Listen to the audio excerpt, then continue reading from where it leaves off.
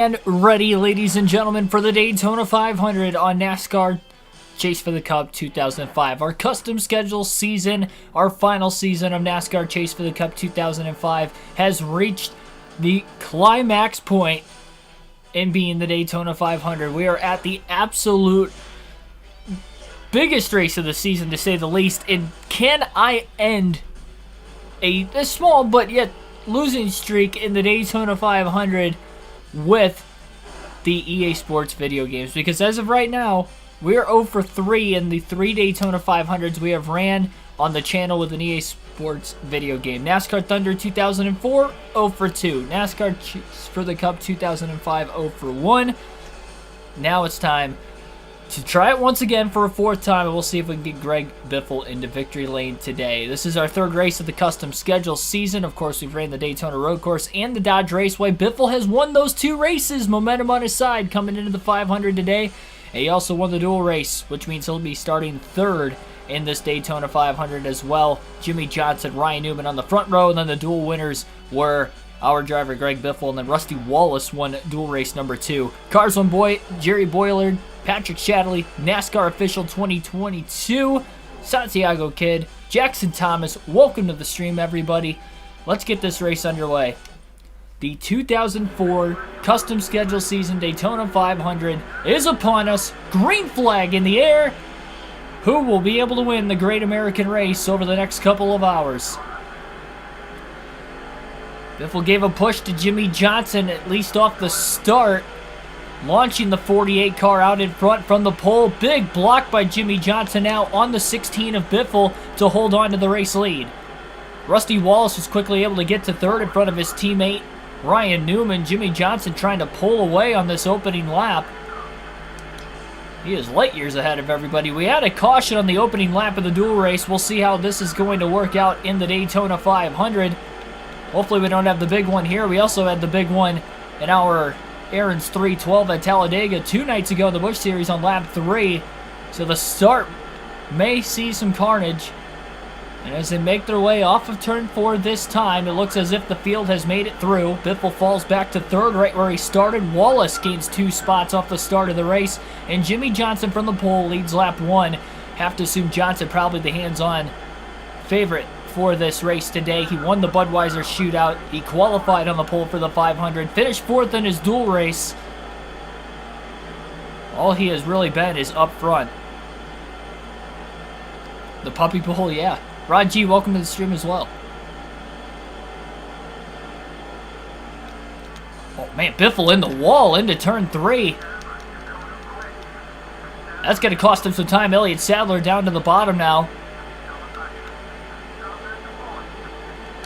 Biffle loses a spot. Can't believe how tight the race car is in traffic. It wasn't this tight in the dual race until he was at the very end of the race, but that's because he was on old tires. Taking a fuel-only stop, he was able to hold on. We had 2 cautions in the dual race. We had 1 caution in the Bud shootout. 50 laps and 70 laps for those 2 lengths. Obviously, this one way longer.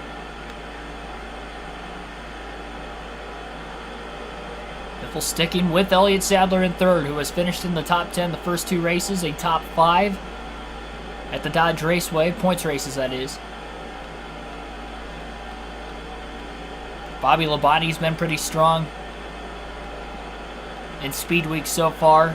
5th in the dual race, leading on the final lap in the Bud shootout before flipping.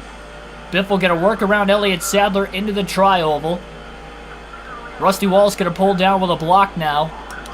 Biffle will sit behind him in third.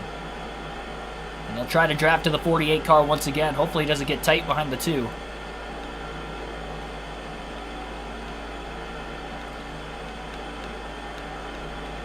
And Johnson's just been fast all Speed Weeks. And obviously he's looking fast in the early going of this race as well.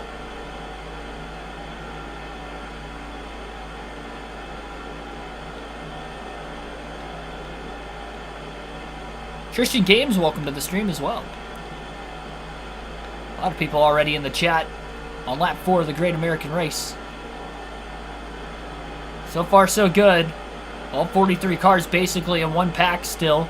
Single file throughout the top 5.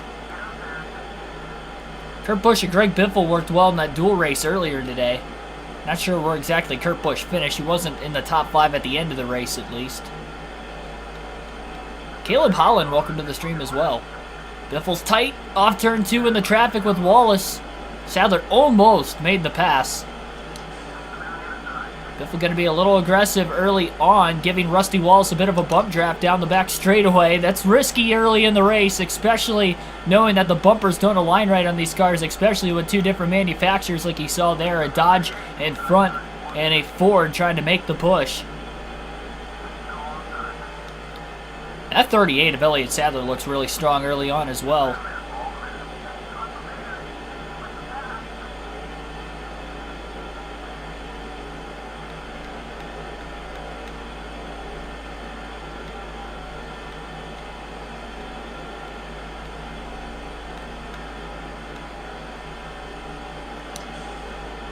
Biffle again, gonna look to bump draft Rusty Wallace. Wallace has never won the Daytona 500 in his long Cup Series career. Can he do it here today? Of course, Greg Biffle never won the Daytona 500 either, so I guess we're trying to make that happen. We were unable to do it in NASCAR Thunder 2004 a long ways back.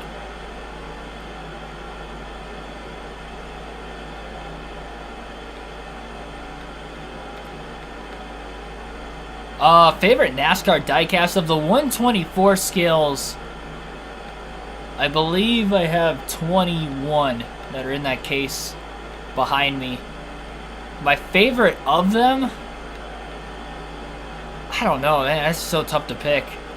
I don't know if my favorite is any one of the Blaney ones on there, only because there are other paint schemes I like better. My favorite Blaney one that I have is probably either the PPG or the Advanced Auto Parts paint scheme. Of the non-Blaney ones, I always like the 3M Greg Biffle one, but that Jimmy Johnson Pride of America car is one of my favorites I have. Dale Jr.'s rookie car is pretty good too, the 2000. Ryan Newman's Altel. I don't think I have a single favorite right now of the ones I have. So many good ones to pick from. Well, Johnson's led the first 7 laps. Biffle made it past that last lap, 4th position. Jimmy trying to squeeze Biffle, no out of bounds at Daytona today. Biffle goes below the double yellow line to pass Johnson down the backstretch and clears him into turn 3. Now can he lead back to the start-finish line to have our first lead change of the Daytona 500? Johnson's in the wall off turn 4. Now he gets tight. And that will make an easy lane for Greg Biffle to lead his first lap. 5 bonus points for the Biff. As far as the season standings go, again, a season-long points format.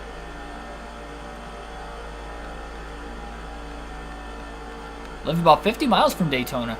Are you going to be there next week? Yeah, I have so many 164 scales. I probably have a couple hundred, to be completely honest.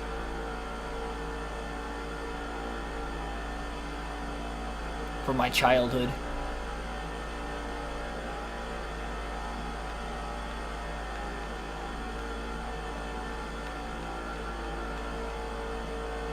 I just started collecting the 124 scales last year, though, too, so... excluding the couple Biffle I had, and then the half a dozen Blaney cars I have. Started collecting it once I went to Bristol last season for the night race. Otherwise, my collection would probably be bigger. It will grow over the next couple weeks between Daytona and Auto Club. Then I'm going to Atlanta, which is the 5th race of the year as well, so... definitely going to expand my collection. Biffle's led 2 consecutive laps now after Johnson led the first 7. We are at lap 10 of the Daytona 500. This giant pack pretty much still all won. Mostly single file in the top 10. These guys being fairly patient in the early going. That's the second time Johnson's gotten into the wall off turn 4 since driving in 2nd place. And I wonder if that's why we didn't really see him in the dual race that much. Because he was back in traffic. He's had a lot of clean air for most of Speed Weeks.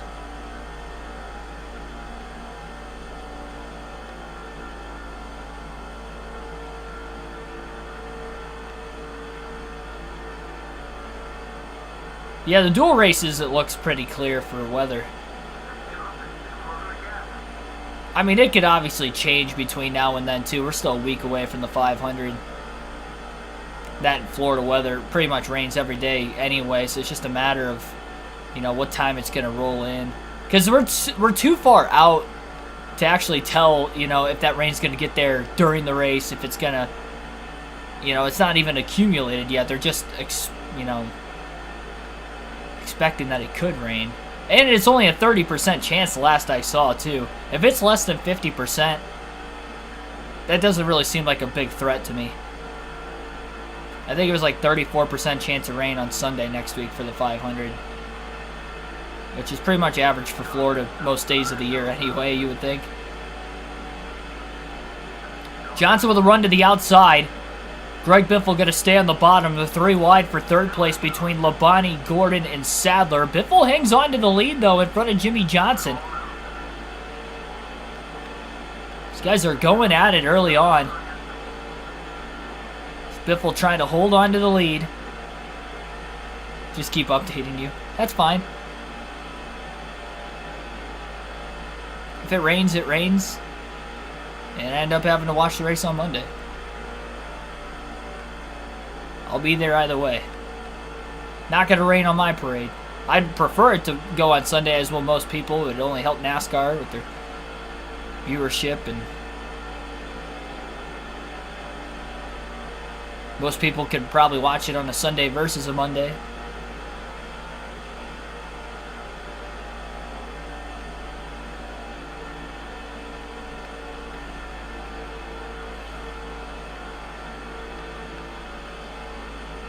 Massive run coming to the outside for Elliott Sadler. Biffle pulled up to block him in time into the tri-oval. Bobby Labonte still trying to work the bottom lane. So Johnson led the first 7 laps. If Greg Biffle can lead back to the start-finish line this time around, he'll lead the next 7. A lot of big runs being generated with the pack, but the leaders with the track position have been able to hold on so far.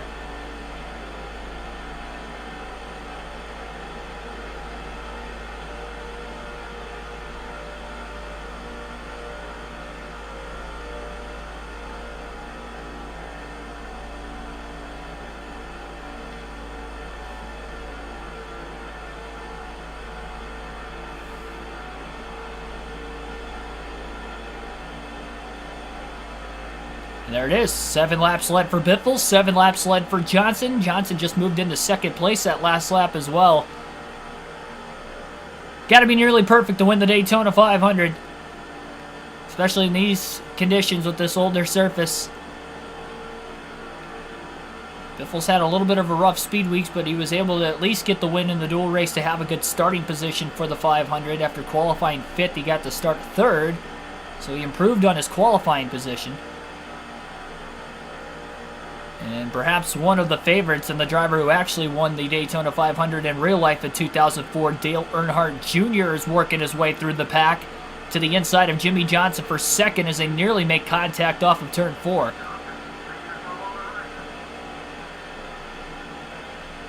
Hoping for all rain.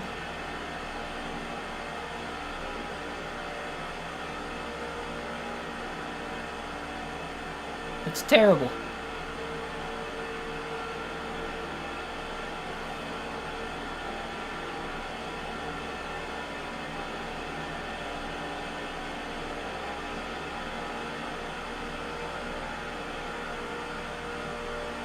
Biffle pulling these guys down the backstretch that time into turn 3. Hopefully he's not going to get too far out ahead. Dale Jr.'s got a big run on the bottom. He'll pull clear of the 48 of Jimmy Johnson now. And Kurt Busch is now growing into the mix behind Bobby Labonte in the 18, who's still on the bottom.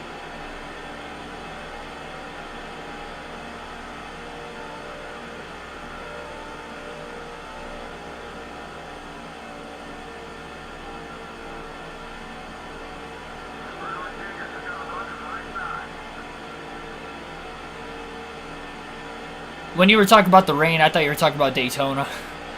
I didn't know you were talking about your own, the weather at your house. That's why I was kind of confused.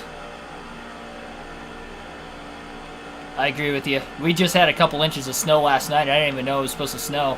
I woke up this morning, set my alarm, and then I heard the plow going down my street. I was like, wait a minute, is that the plow? And then I looked outside and there was snow on the ground. I was like, what?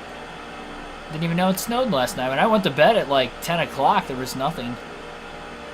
I didn't look at the weather at all. I didn't have to go anywhere today, so I wasn't really too worried about it, but I guess we got a few inches of snow.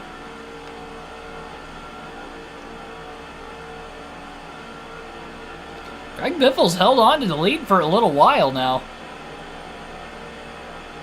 It's been pretty racy behind him. A lot of swapping over and over again for positions. Some good racing so far in the Daytona 500.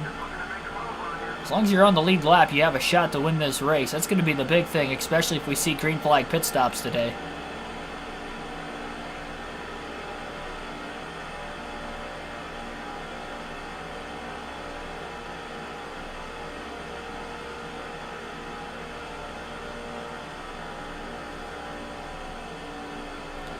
Tell you what, my finger's going to be tired at the end of it. I could already kind of feel...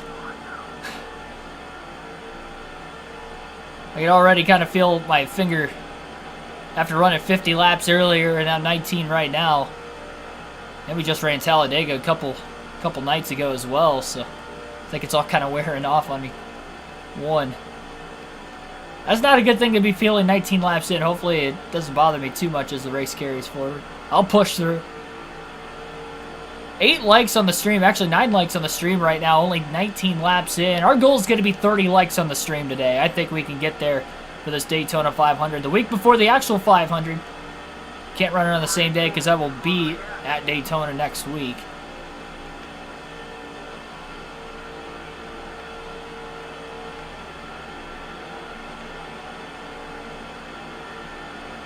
Johnson clears Labonte, that revolving door of drivers moving into second place. Yet we've only seen one lead change in 2 different leaders. Johnson, the pole sitter, again leading the first 7, and Biffle's led every lap since.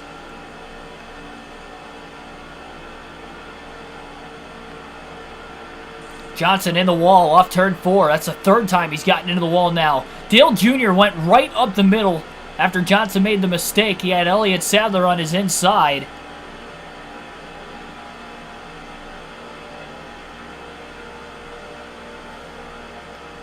Sadler bobbled into turn 1, washes up the racetrack, and nearly crowds Dale Jr. into the outside wall. Drives on, actually clears Dale Jr. off turn 2. Remember, Sadler won the Daytona 500 on our first season in the Cup Series on this game. In our Chase for 8 season with Jimmy Johnson. It'd be insane if he ends up winning it again.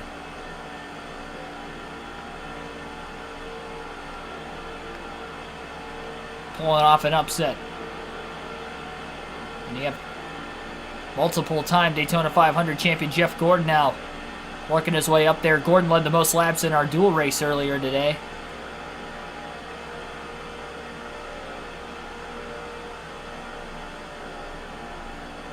Ended up finishing 3rd in that race.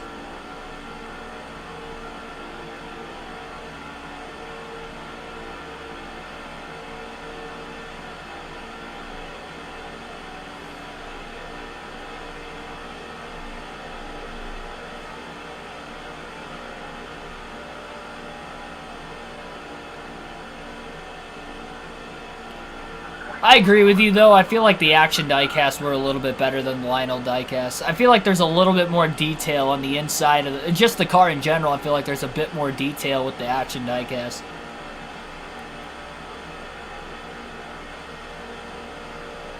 But Lionel's still really good, though.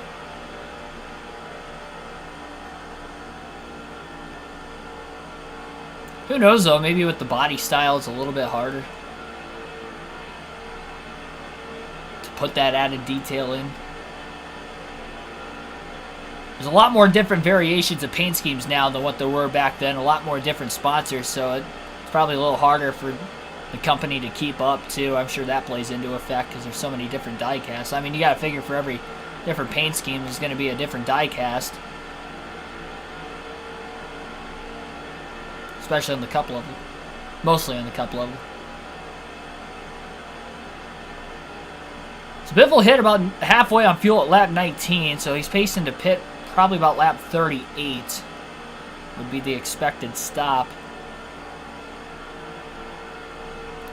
Pit crew better be on it today. We mentioned no mistakes can be made in the Daytona 500. I guess if you are going to make a mistake, hopefully it's early on in the going.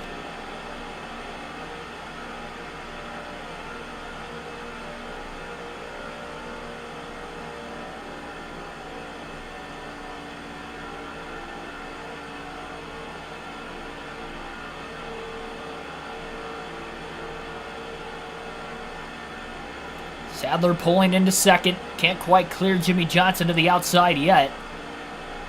Biffle's been mirror driving this whole time, but he's done a great job.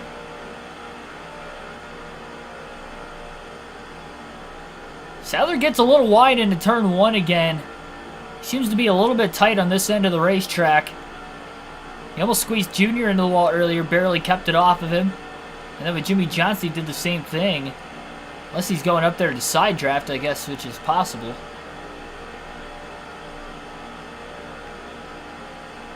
How many cautions do you think we're got with that? How many cautions do you think we'll see here today? I want to see your guys' answers to that question down in the chat.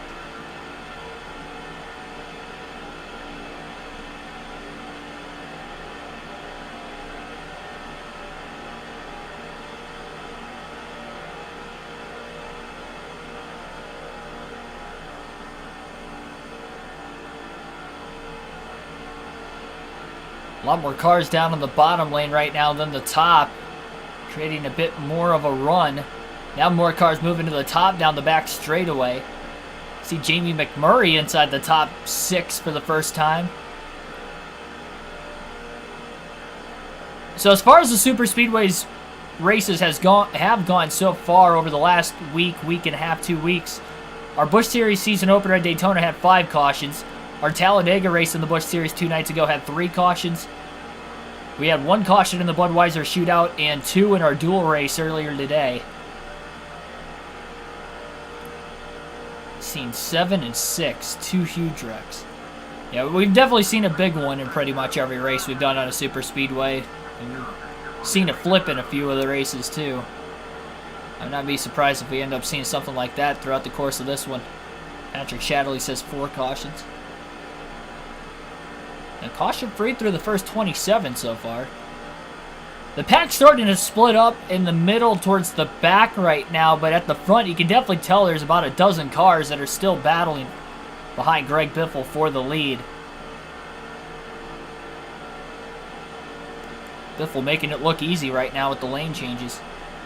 See, in NASCAR 21 Ignition, I wouldn't be throwing this many blocks because there's no rear view mirror, but at least with a rear view mirror, it makes the racing that much more exciting. Plus, we can see what's going on out of the back if anything gets crazy as well there, which we definitely saw in that dual race, having the caution on lap 1, but a lot more, I guess, quieter, more tame start, respectful start at the beginning of the Daytona 500 compared to our dual race earlier today. I think a lot of that is knowing that it's 4 times as long of a race as what the dual race was earlier. There's twice as many cars, everybody trying to take care of each other right now. Quarter tank of fuel left for Biffle. It's probably looking as if he's going to pit about lap 37 with the pace he's running right now. He might pit at lap 36 just to be safe. He's leading a lot of laps, so he's not really able to save fuel in the draft that much, so he may be one of the first cars that end up hitting pit road, assuming we don't get a caution between now and our pit stops.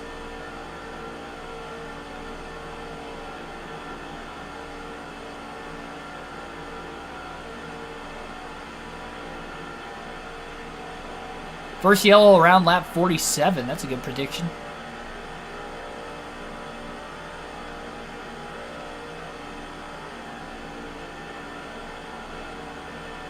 When do you guys think the first caution will fly if we see one today?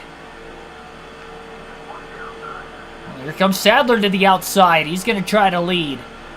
Johnson stays on the bottom with Biffle. Sadler will lead his first lap of the race. 5 bonus points for the M&M's 38 Ford. Biffle gets a little bit better launch into turn 1. Pulls up with a block on the 38 and down just in time to the bottom to block Jimmy Johnson, who almost got underneath the 16.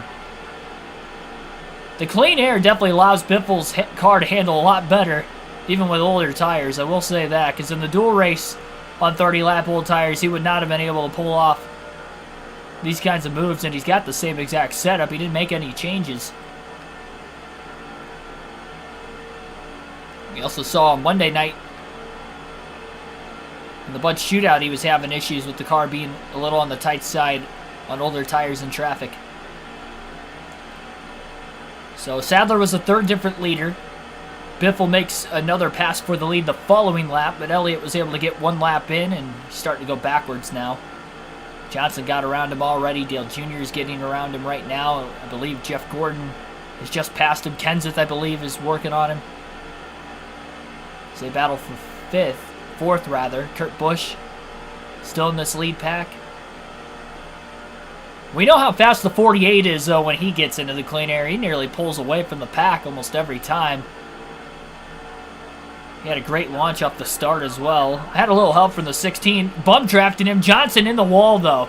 That's one thing, is that his car just doesn't seem to handle quite as well. He's been tight off turn 4. That is the third or fourth time he's already gotten into the wall, allowing a bunch of cars on the inside to make their way around the 48 Lowe's Chevrolet. Gordon underneath Dale Jr. for second. Matt Kenseth up to fourth. Drafting with Gordon right now. Now hops up with Dale Jr. Gordon on the bottom. He doesn't have any help, though, with Kenseth leaving him. Now Kenseth goes back to the bottom behind Gordon. A little too late, though, and Biffle's able to pull to the bottom, clear into 3. Billy thinks there'll be 3 cautions, and the last one will be the big one. Gordon now brushes the wall off turn 4, nowhere near as hard as Johnson. Green flag pit stop starting at lap 32. Matt Kenseth and a bunch of other cars will make their way onto pit road. Got to be careful of cars both getting in and leaving the pits. We've seen cautions on the EA Sports games. In fact, we saw one of the 3 cautions come out that way at Talladega 2 nights ago in our Busch Series race. And if we get a caution in the middle of green flag stops, it could trap a large portion of the field a lap down. There are a decent amount of cars in the pits as we speak. I would not be surprised if about half the field is down there. And Biffle got to stay out as long as he can. Dale Jr. to the outside with a bit of a run. Kurt Busch helping him. Biffle will lead this lap. Side by side for the lead. A couple cars are double wide coming out of the pits. Definitely going to have to be careful of that. Into turn 1. Biffle high to block Dale Jr. Kurt Busch to the bottom.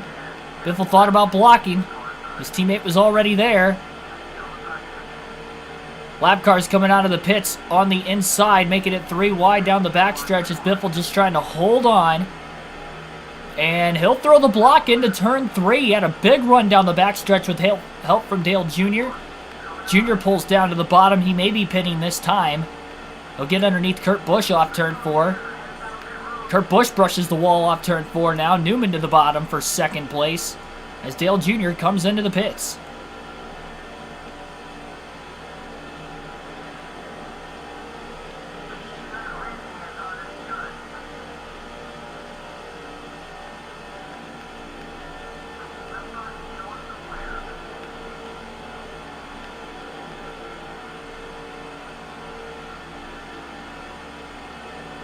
Thinking Biffle will take right side tires only when he pits this first time under green. He has to pit under caution at all throughout the course of the race. That's what he'll take 4. But green flag pit stops, planning on making 2 tire stops today. So he's going to have to make sure that he does not lock the tires up. He'll stay out another lap, leading as much as he can as another large portion of cars make their way into the pits off of turn 4. Lap 36 at the line, still caution free in the Daytona 500.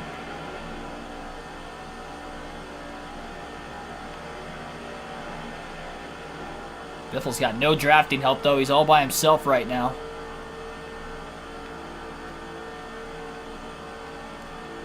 Biffle will pit this time by, especially with no drafting help. Nobody really in front or behind him.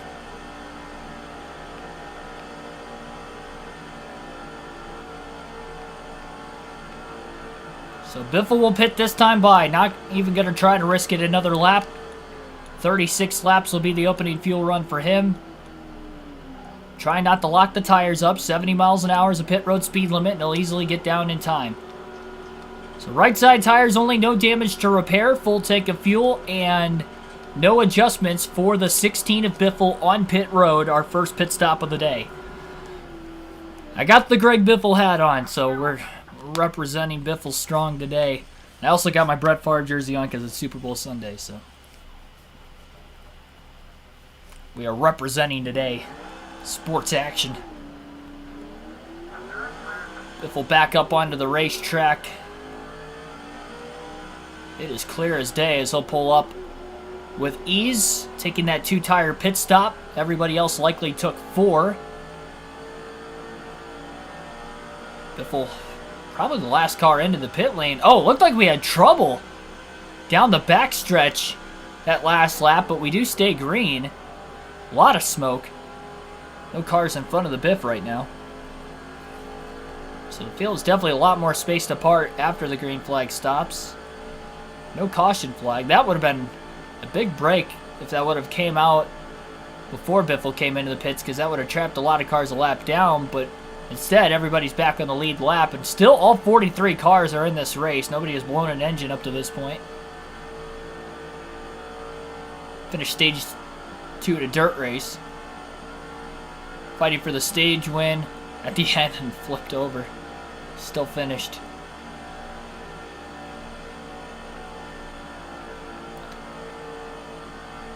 I can't tell you when the last time we flipped on the channel. In a NASCAR game, at least. Honestly, can't recall.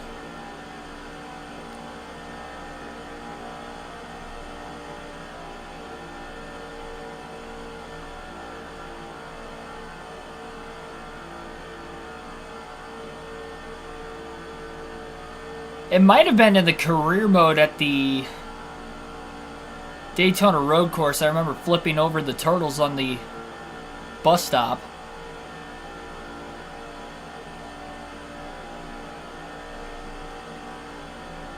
That's more of a glitch than an actual flip based off of a crash alone. And that was a while ago, because I know that was on the career mode.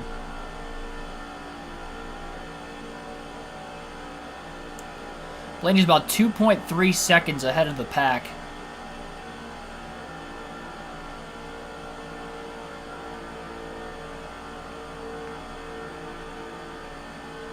It's going to free the car up a little bit, taking right sides and keeping the left side still on the race car. Left sides will be able to make it this full run, you would think, no problem. I don't see why they wouldn't.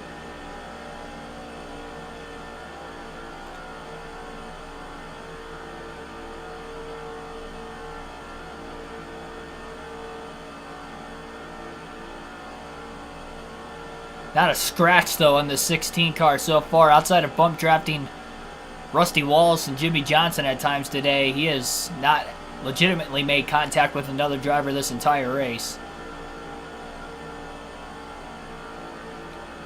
So far, so good, at least. We're going to alternate through the different camera angles for the first time in this race today at lap 40 in the Daytona 500.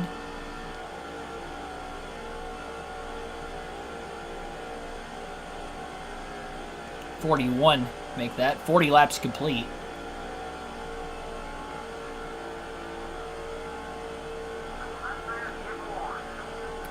By far the most competitive Greg Biffle has been during the speed weeks between the shootout, his dual race, and now the 500.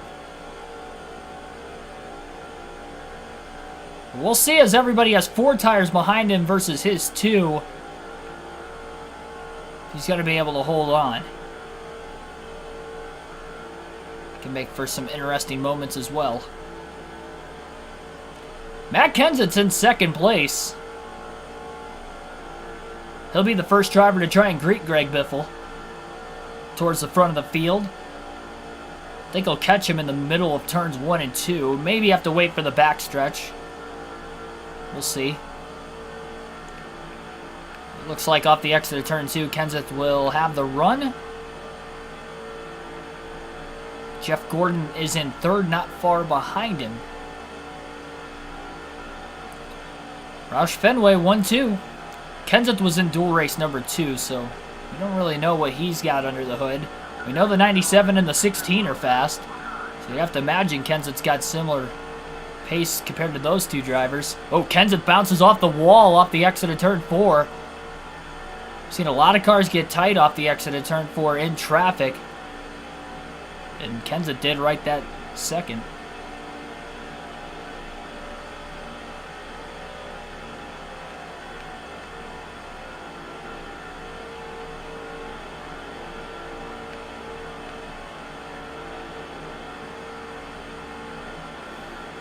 Gordon to the outside, Kenseth on the bottom. Jacob Shipman, welcome to the stream. Nice to see you as well.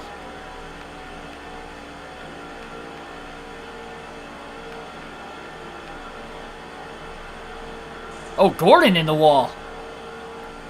It's going to make for a Roush Fenway breakaway at the front of the field now.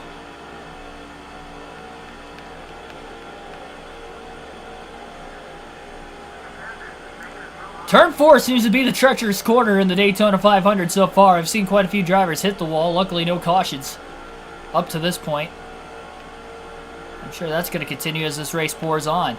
Kenseth with a run to the outside of Greg Biffle. Biffle wasn't even going to try to pull up and block that time. And the leaders are now side by side. You would have to think the advantage might go to Biffle on the bottom. Then again, he does have two older left side tires. And Kenseth clear, and he'll lead his first lap of the race. 5 bonus points for Matt Kenseth. Now the 4th different driver to lead a lap in the Daytona 500. And his teammate Greg Biffle has a massive, massive run to the inside into turn 1. Got a little bit loose getting into turn 1 as well, trying to steer the car underneath the 17. Hooking the yellow line on the bottom, but he couldn't pull clear. Down the backstretch, again he'll hop in line behind Kenseth. Another run to the bottom. I think Biffle's 2 old left side tires are holding him back a little bit. This time, Biffle is clear in the middle of turns 3 and 4 on Kenseth.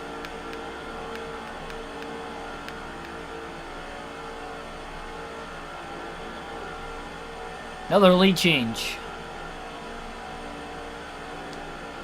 So the 16 and the 17 continue to swap back and forth for the lead.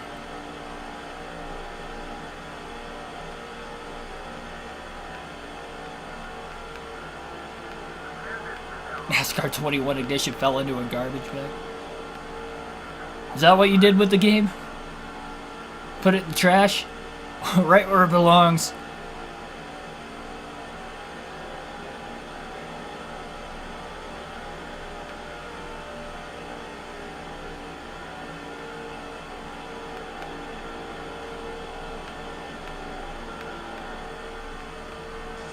Kenseth in the wall. Again off of turn 4. Somebody has smacked the wall. Nobody's hit it hard enough again to go around.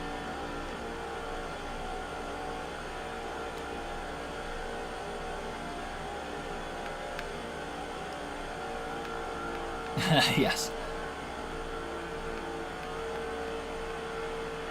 Hopefully it's not like Jumanji and it just like returns. Just keeps returning.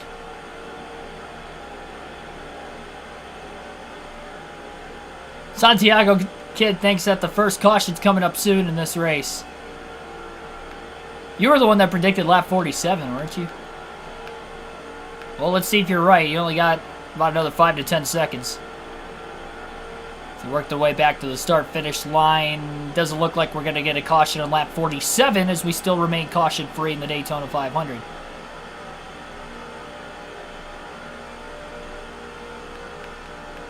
Jeff Gordon, Matt Kenseth side by side for second place. Kenseth able to throw the block. Great job by Kenseth holding on the outside. Biffle a little loose off turn 2. Kind of clipped the apron just a bit. Slides.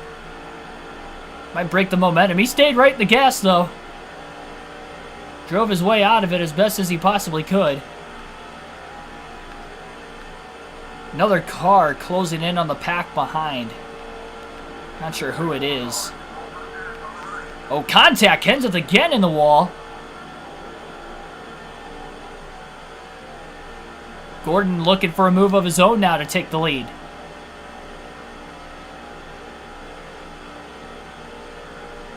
$12 likes on the stream, 14 people watching. Our goal is 30 likes tonight. And our goal for the year is 10,000 subscribers. So let's get it done.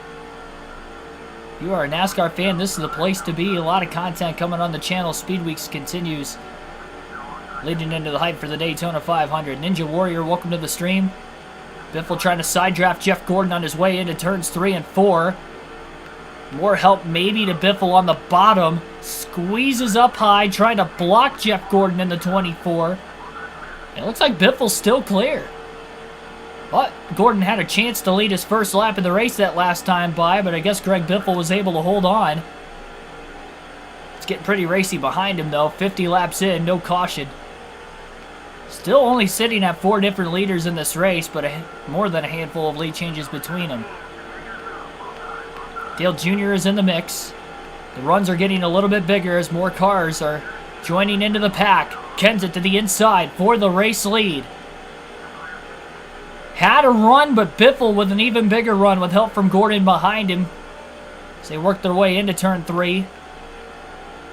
Car's getting a little harder to drive as this run carries forward with those old left side tires. And as I say that, Biffle scrapes the wall off the exit of turn 4. And that will give Dale Earnhardt Jr. the race lead.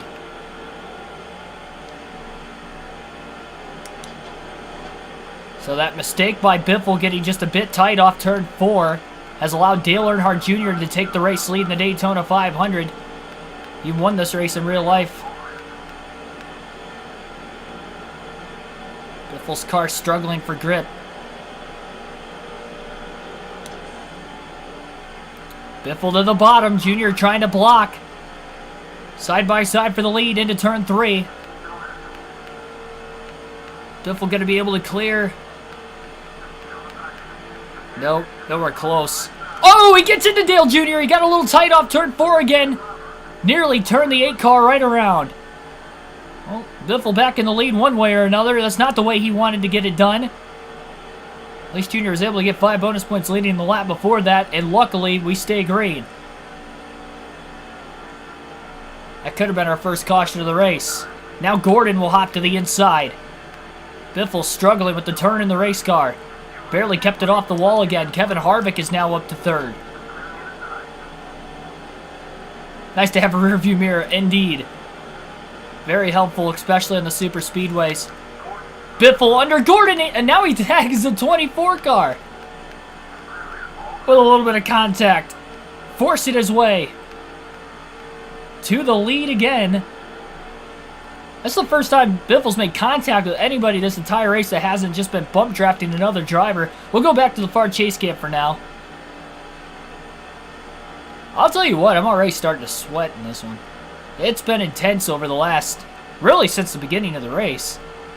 Been intense. But it's gotten a little bit more intense over the last few laps, as you've seen.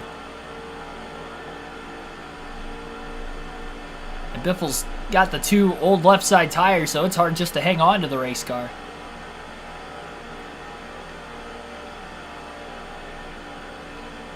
You almost have to start turning well before the corner just to keep the car on the bottom of the track. It was loose at the beginning of the run, but it's getting tighter now. Almost too tight.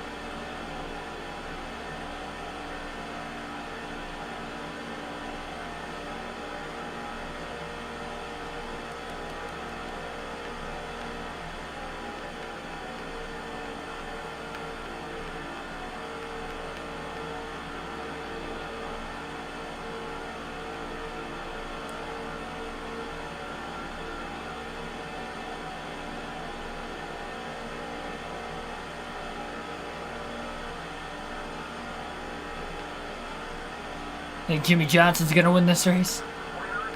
Yeah, he led the first 7, and he's been fast all speed week so far, but he's not really in the running right now for the lead.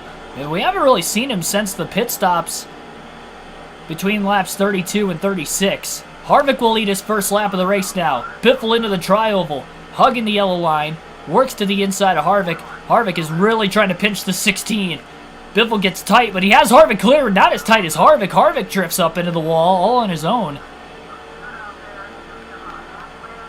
The middle of turns 1 and 2. He's coming back. Big block. Biffle holds on, barely.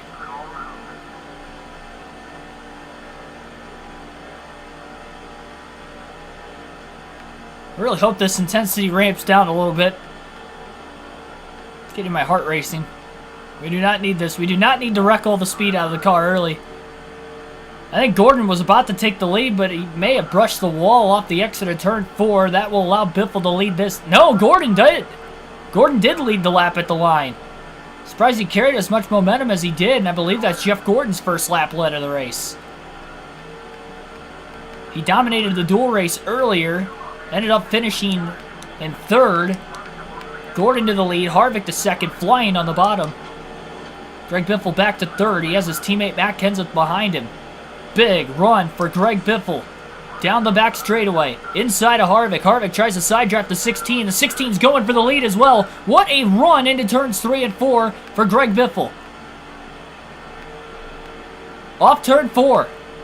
3 wide for the race lead. In the Daytona 500. This is getting insane right now. Biffle holds on in the middle. Gordon on the outside. Harvick on the bottom. Kenseth brushes the wall in the tri-oval. Big run for the 16. He's not clear of the 29. He has to stay high. It's getting a little tight. Almost into the wall. Harvick to the bottom of the racetrack. Underneath Jeff Gordon for the race lead. Side by side down the backstretch. Greg Biffle will take it 3 wide for the lead again down the back straightaway. And Biffle is going to motivate his way around him. Biffle back to the lead into turn 3 in the Daytona 500. Great racing right now. These guys are hanging on to it. These conditions are not easy to drive, I will tell you that much. It has been a handful. Another lead change, though, with Biffle back out in front at the line. Biffle will clear Gordon. Into turn 1.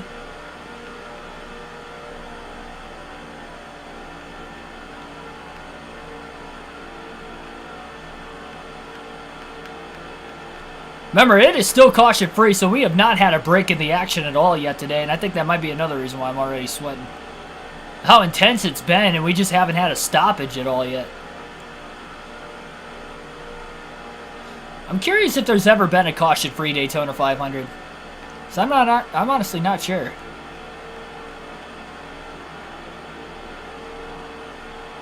Somebody might have to look it up. That was a Kevin Harvick versus Mark Martin last lap move. It worked. I think he led the lap. If he did, I believe that's a 7th different leader.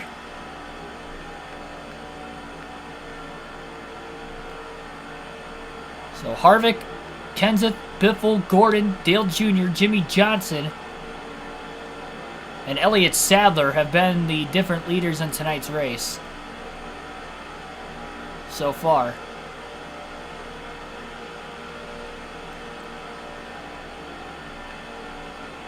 This keeps up Jimmy Johnson. That is very true. The entire pack's catching up. It was a 4-car group that was getting very racy, and now it looks like we're back to about a dozen cars in the lead pack all of a sudden, led by Dale Jr. trying to lead these guys to the top 4.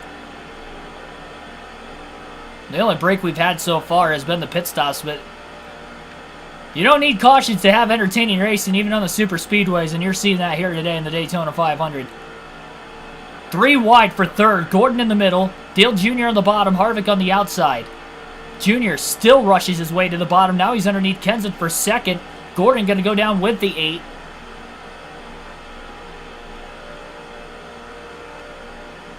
Biffle gets a little tight into turn 3. Can't get the turn in the race car, and Jr. will get underneath him for the lead. Biffle hangs on. He kept it off the wall. Stays to the outside in time. Jr. leads at the start-finish line now in the Daytona 500. Gordon in second. Biffle falls in line in third. Between Gordon and Kenseth, Harvick in fifth. And now the right front's starting to wear out a little more on the 16 as well, and the handling's already been rough on those two older left side tires. 61 and 62 were caution-free, apparently. Well, thanks for the update. Biffle with a little bump draft to the back of the 24. Shoots him to the inside, but Biffle can't get the turn in the race car. So he couldn't stay with Jeff Gordon like he wanted to. Harvick passes Kenseth for fourth, and I think Tony Stewart is now in sixth.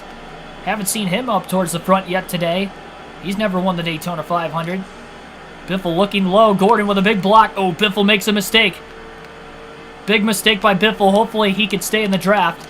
It's going to cost him some momentum.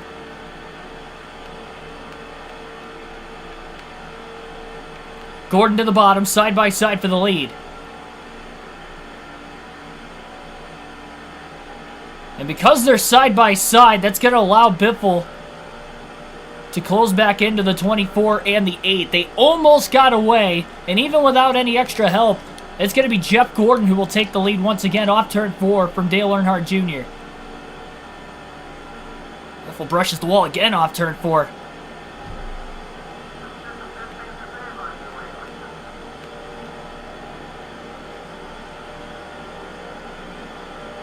Biffle holds on. And now he's going for second with a run under Jr. He's got the spot. What a move.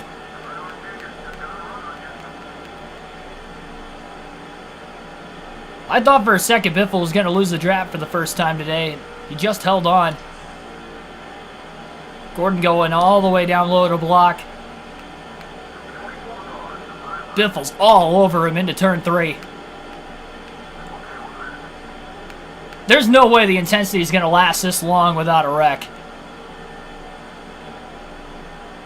This might be the best caution-free race of all time. If that happens, of course. Biffle get a bump draft Jeff Gordon as they try to get away into turn 1. Gordon threw a block. Biffle just kind of stayed in the gas. Luckily, he hit him square. Gordon pulls Biffle. Biffle had to lift in the middle of turns 1 and 2 to keep it off the wall. Has a run to the bottom into turn 3. Gordon tried to block, but he couldn't do it in time. Biffle getting a little tight in the center of the corner. He's moving up the track. He clears Gordon, luckily. Gordon may have lifted to let the 16 in. And Biffle is going to lead back to the line. I've lost count of how many lead changes we've had so far. It's still sitting at 7 different leaders, but they have changed the lead quite a bit, really, since the first set of pit stops. I think we only had like 3 or 4 lead changes the entire first 36 laps, but since then it has been going haywire in the battle for the lead.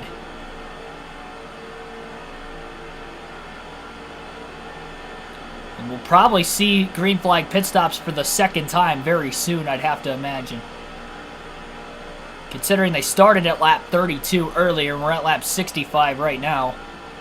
Haven't seen anybody pit yet.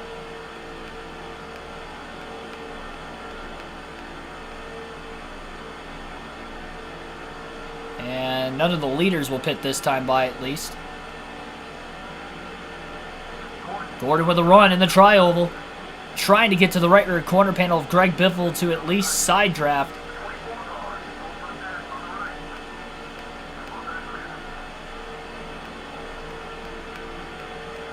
Gordon has Kenseth Stewart behind him. Harvick behind Biffle. Biffle trying to side draft Gordon as much as he can down the backstretch to pull him back. Pulls away a bit into turn 3. That left front down into the red now. Jeff Burton's blowing up. That's not good for Roush Fenway. And it looks like Burton's going to be the first driver to retire from the race today. His chances of winning his first career Daytona 500 are out the window. Gordon leads at the line by about a half a car length. A couple cars pitting that last lap. Field will catch him into turns 1 and 2. Biffle pulls clear of the 24. Oh, Harvick to the bottom. Biffle down to block him. That's going to give a run back to Gordon on the outside again. Door to door. For the lead. Lap car coming out of the pits up ahead. Hoping that he gets up to speed quick enough that the 16 on the bottom lane does not catch him, and I don't think he will. It's Brian Vickers, rookie in the 25 car. Gordon up high. Gordon in the wall off turn 4. He gets in to Kenseth. Contact. And they nearly had the big one.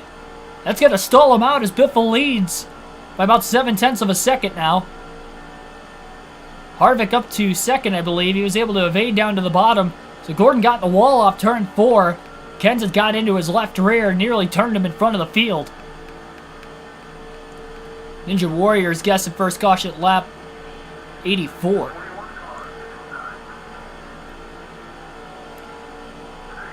Biffle pitted at lap 36, so he's probably going to end up having to pit about lap 72. Go about 5 more laps. 4 or 5. I guess Gordon held on to second after all that. Harvick is still in 4th, Kenseth in 3rd. Gordon again in the wall off turn 4. He is struggling with that race car. And he needs fresh tires desperately. Remember, Biffle's left front still in the red. He's going to have to make sure he doesn't lock the tires up coming into the pit so he doesn't blow the left front.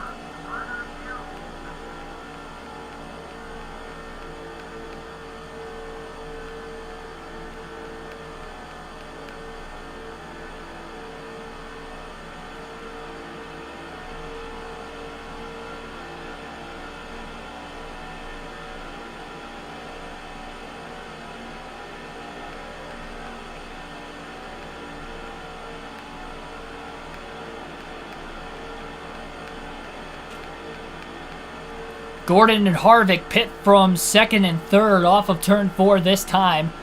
Tony Stewart, Kurt Busch now runs 2nd and 3rd behind the Biff who leads. At lap 70 in the Daytona 500, Biffle probably 2 to 3 laps away from his second stop.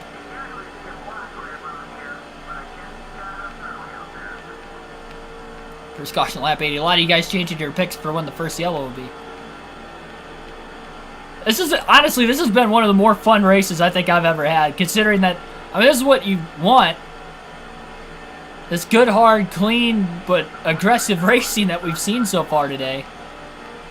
Jeff Green in the 43 trying to get up to speed on the bottom. Biffle washes up the track a little bit. Able to keep Stewart on the bottom lane behind him. Stewart pulls into the pits this time. Kurt Busch on the outside with a run, trying to lead his first lap. So he'll stay out with his teammate Biffle.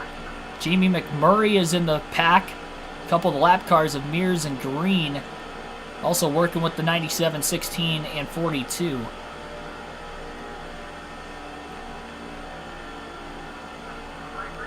Now the right rear is in the yellow.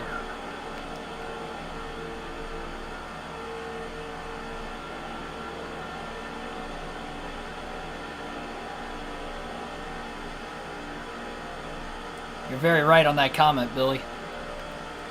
Gordon has that issue. I wonder if every time he hits the wall, it's causing the car to get tighter and tighter and tighter because he's adding more damage to the right side of the car. Kurt Busch, Jamie McMurray will pit. Biffle will be by himself.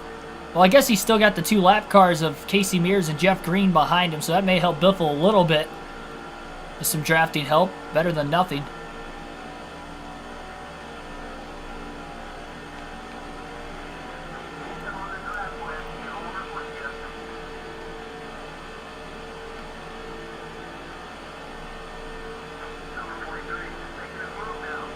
Biffle will pit this time by at lap 72. Another 36 lap fuel run. Change out the left side tires. And he'll also take right side. We'll go 4 tires on this stop because the right sides are already in the yellow, both the right rear and the right front. So 4 tire stop for Biffle. He can afford to lock the tires up this time because he will be changing them, so he's trying to get every last little bit of speed he can. So here we go. 4 tires and fuel. No adjustments for the 16 car. And those left side tires he's had on the car for 72 laps. Now he'll finally get fresh ones. Restall Cup, welcome to the stream. Amir, oh man. Celibic, I'm going to say Salibic, welcome to the stream. Going to watch the Super Bowl. I will be watching the Super Bowl later tonight. My pick is for Cincinnati to win. I hope it's a good game. Or sorry, Los Angeles. My pick is Los Angeles to win, but I hope it's a good game. Biffle trying to get up to speed. I don't think he had that fast of a stop. They didn't make any major mistakes. He's trying to get up to speed. Jimmy Johnson is in second. Maybe a little blend line violation for Biffle as he desperately tries to hold on. And the pack is coming. He needs to keep these cars behind him as he gets up to speed. Otherwise, he's going to lose the draft. Well, Jimmy did catch up, I guess, with a quick green flag pit stop. And just like that, the pack is back together again. 2 and 3 wide into turn 3. You thought it calmed down for a little bit, and we're right back in a mess again. Rusty Wallace trying to work the third lane on the outside off of turn 4. Oh, one car got into the wall. I think Johnson brushes the wall, stacks up the third lane on the outside. Biffle holds on to the lead. Biffle's up to speed now. Kenseth already got to the outside, though. Labonte, where will he go into turn 1? On the bottom with Biffle. Newman on the bottom as well, but now Newman goes high with Kenseth, and Kenseth gets another boost. Labonte and Newman have not led yet. The 16 to the 17 have. Biffle has led the most. A lot more grip in the 16 car, though. He was good on fresh tires earlier. He still was good on old tires, all things considered.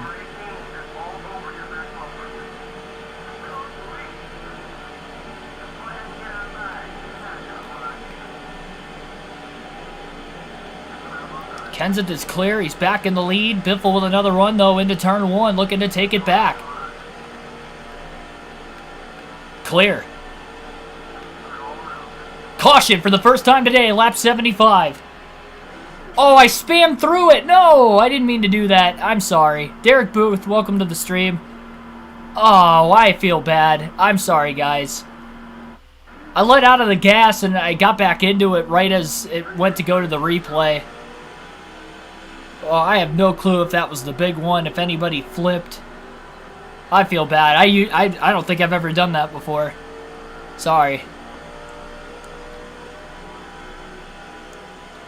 Green flag back in the air at lap 79. The pack is all bunched up into one again. We have no clue who was involved in that accident or how many cars were involved or what the significance of the damage could have been. My pick right now is Denny Hamlin, but that could change between now and the 500. My early pick would be Denny Hamlin. I'll have a more educated pick on top of, I guess, the fact that Hamlin is the best driver on the super speedways in the Cup Series today. But Newman with a boost of momentum on the restart is going to get to the lead. Now the 8th different leader in this race.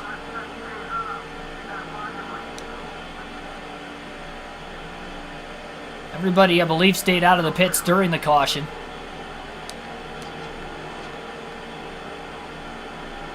Caution again was at lap 75.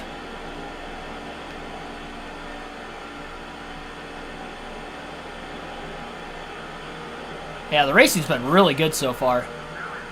I figured we were going to get a caution eventually. I don't think, especially the way everybody was racing, that we were going to go green this entire race. A lot of these cars are still in it, and in fact, really every car is on the lead lap that is still in the race. The only car we saw blow an engine so far is Jeff Burton. We could have more out of the race, depending on who the caution was on. Oh, you'll be at the 500 also, so will I. And your pick Salgado, that's also a good pick. I actually have him winning 2 super speedways this year on my full season predictions video that uploaded last week. I just don't have him winning the 500. I have him winning the first Dega race right now, and then the second Atlanta race. No neck Newman. Why do you have to do Ryan Newman like that?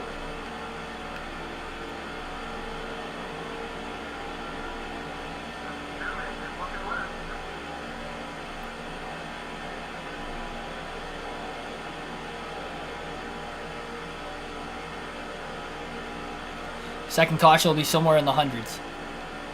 And 75 laps caution free to start the race. The field is bunched together now about as much as what they were at the very start of the race, so this is going to be interesting. Newman almost gets into the side of Jimmy Johnson.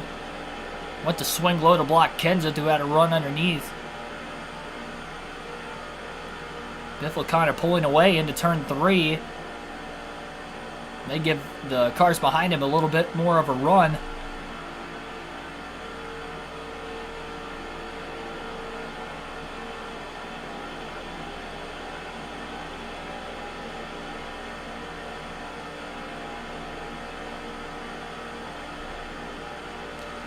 So with the caution flag, it'll be interesting to see when the next set of pit stops come. Biffle pit at lap 72. First run, he went 36 laps. Second run, he went 36 laps. And we had a caution at the beginning of this run, just 3 laps after he pitted. So there was no reason to come back down and lose all that track position. Restart at the rear of the field. Has fresh tires as it is. Liz Woodcock's welcome to the stream. I have Blaney to win the 500. That's a good pick. He's finished second twice already in the last... He's got 2 second-place finishes in the 500 in the last 4 years. And he has won 3 super speedways in consecutive years from 2019 through 2021. So Blaney's another really good pick.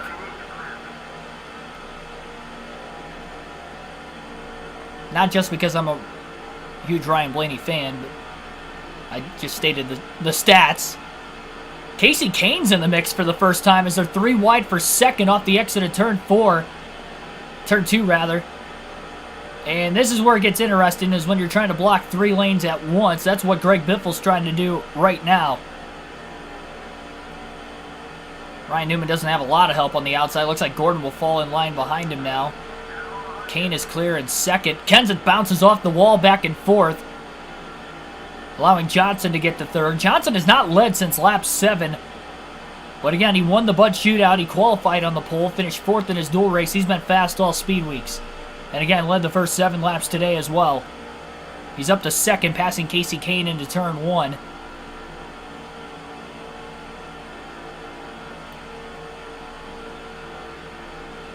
Saw some sparks flying back there. I think there was some more contact off turn 2.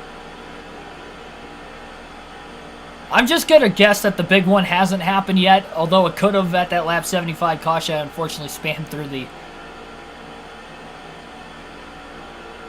caution flag. That was the first rest I got to have, though. Thank goodness. I mean, it's right back to intensity off the restart, but had a little bit of a break finally.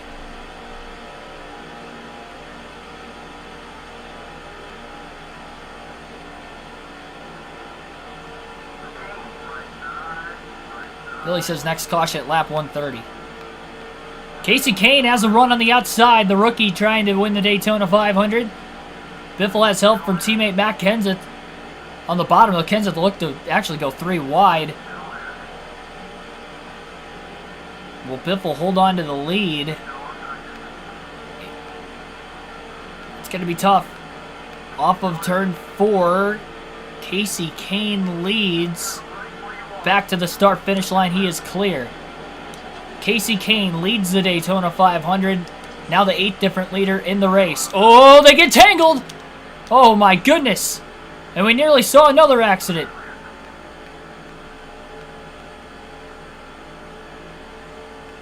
That one could have been the big one. Biffle was just trying to side draft the 9. He got a little too close to him and almost turned him around off the left rear corner panel. Kane makes a great save. And he only really falls back to 4th. Biffle back to the lead.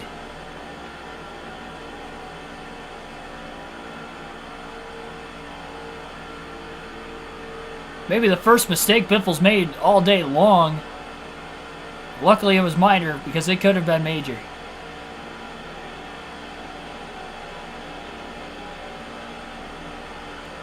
Big one at lap 170. We almost had the big one right there.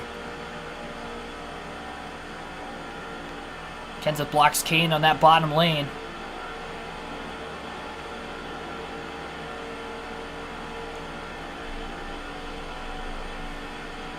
Already over an hour into the Daytona 500, not quite halfway. Lap 88 of 200. Closing in on the halfway mark.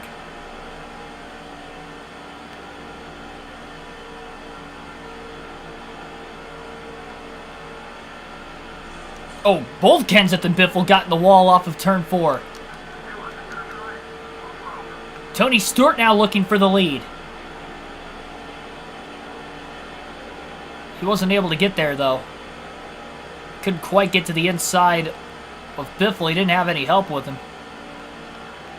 Kane got in front of Kenseth, by the way, but not in front of the 16. Big block on the bottom in front of Stewart. Stewart is not led.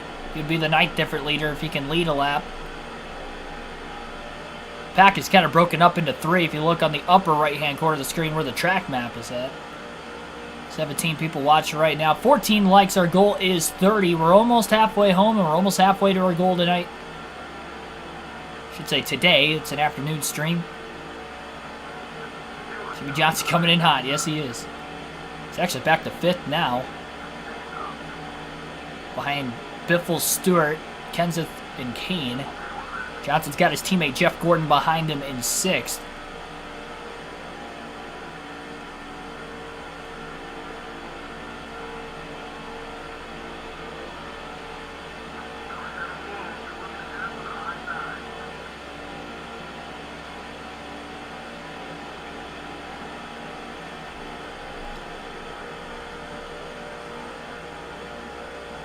I think the way Biffle's led this many laps and has actually really controlled the pack very well.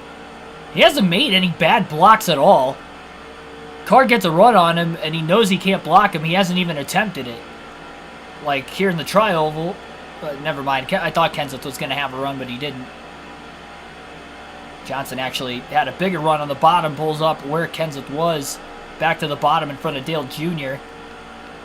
Jr. walked up the track a little bit.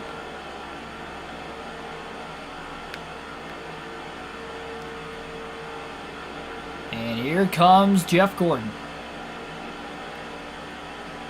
I did, actually. I saw Casey Kane wreck pretty hard last night in the World of Outlaw Sprint Car. That was a really nasty hit. I mean, head on into the outside wall. There's no safer barrier in dirt track racing because it would take away that cushion on the outside, which is a legitimate racing. It would just make it too tight.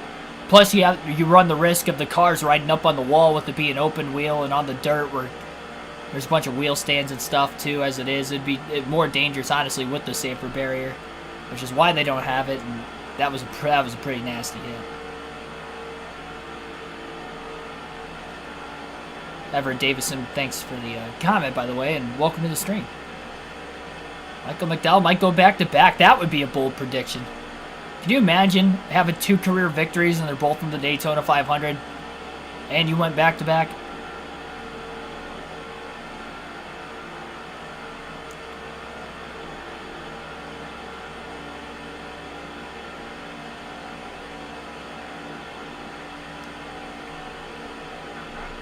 Halfway on fuel at lap 93. 21 laps since Biffle pitted. Not green flag laps all. Again, we had a caution lap 75. Which ran for about 3 laps.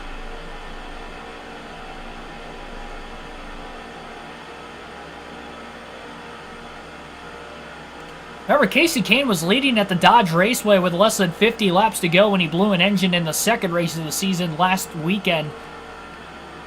So here in the Daytona 500, he's trying to get it done. He brushes the wall off the exit of turn 4. And for that first career win. Huge points deficit with that DNF, though, unfortunately, as well.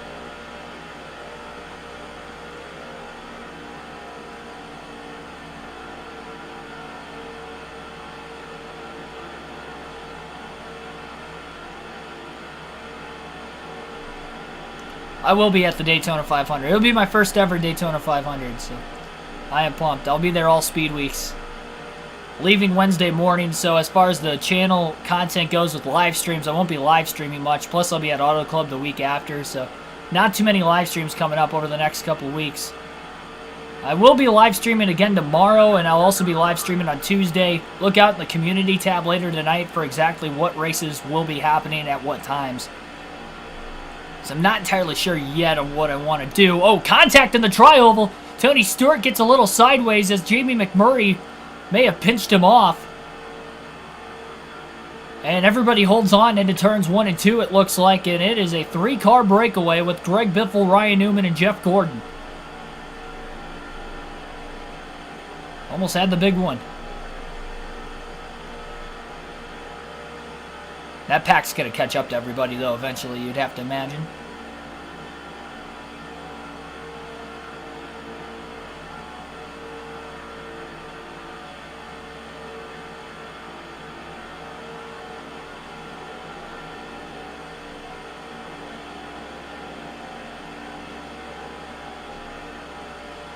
Yes, I will be filming every race.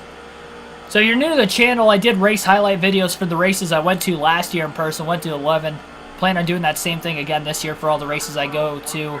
Plan on going to the same amount as well, so I will be doing race highlight videos for every race during speed weeks, the dual races. And I'll try to upload them daily, means the races happen daily. Just depends on what the Wi-Fi is like at the place I'm staying at down there. I'd imagine it will be suitable to at least upload. Might take longer to upload, so it might not come out till like the morning after each race, but I'll do my best.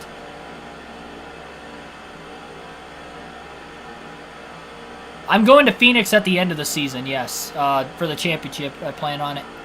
So my first Daytona 500 this year, my first championship weekend this year. I'm pumped about all of it.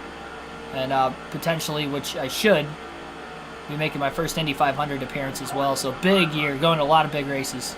Dirt Bristol, I didn't go last year to Dirt Bristol, so I'll be going there this year. So a lot of big races. Atlanta, going back there this year with it being turned into a super speedway. See what that looks like in about another 5 or 6 weeks. So I'm excited. First Cup race ever at Gateway, I'll be there.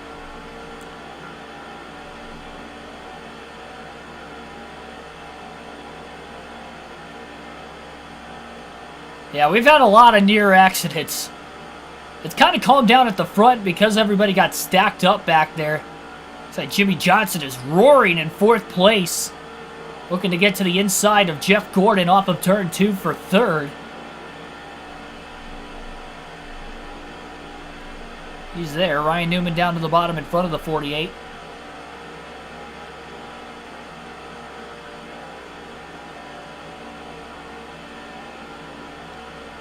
Almost halfway. The big one, I would have to imagine, will happen eventually. We've seen it every time on a super speedway in this game. We just saw it at Talladega 2 nights ago. It was on lap 3. The Busch Series race, we had 2 big ones. One towards the end of the race, which brought out the green-white checker, and then once on lap 5. This will be your 3rd 500. You went 2000, 2004. It's been a while. Hopefully you enjoy it as well as any others. If anybody is going to the 500 or Auto Club over the next couple weeks, Atlanta, any races I go to this year, feel free to say hi. I don't bite.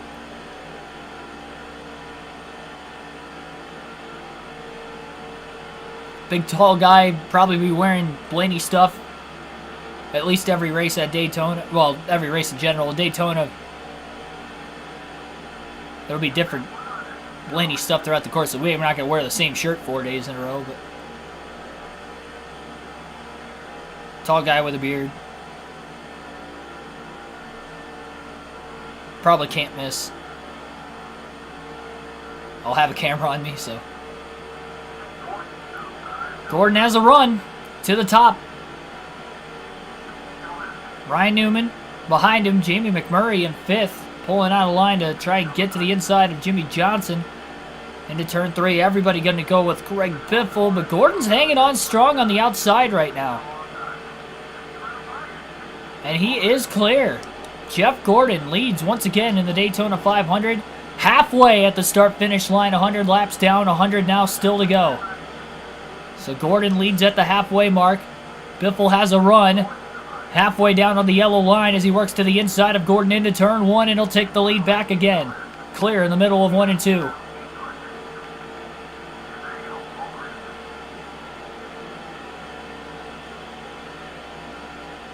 I'll be towards the very... I can't remember what section I'm in. I haven't looked at my tickets in a few months. But I'll be in the top level. Like, I think I'm in, like, the highest row possible. Get a great bird's eye view for the race highlights. For sure, to see the whole track. So I'll be getting all the action. I'll not only upload the race highlight videos, but I'll also upload the best moments from each race as well, kind of like I did for every race last year also.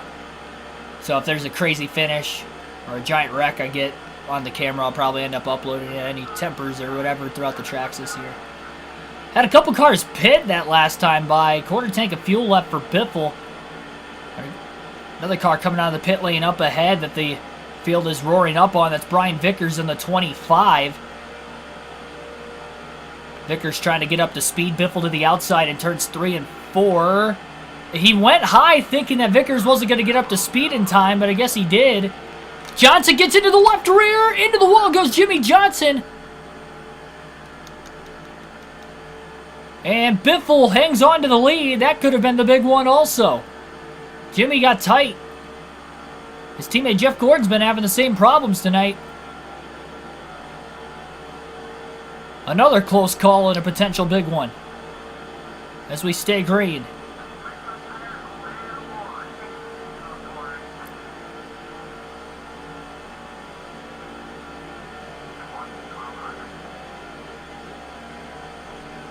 Be between pit out and turn 1. Yeah, I think I'm in the the very top, as high as you can go, closest to the start finish line. So it's kind of, if you guys have looked at like the seating map, I guess, or have been to Daytona before, it may be a little easier for you guys to understand where I'm at. I'd be on the end closest to the pit exit.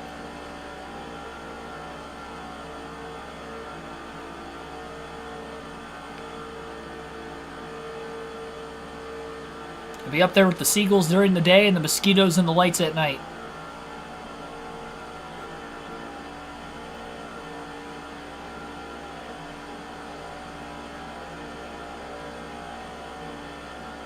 Have I received a checkered flag? I don't. I'm usually not close enough down to the fence anyway. That's for the kids to kind of go up there. Or, you know, maybe if I had a kid, I would, you know, try to get him up there or whatever. But no, I haven't gotten the checkered flag.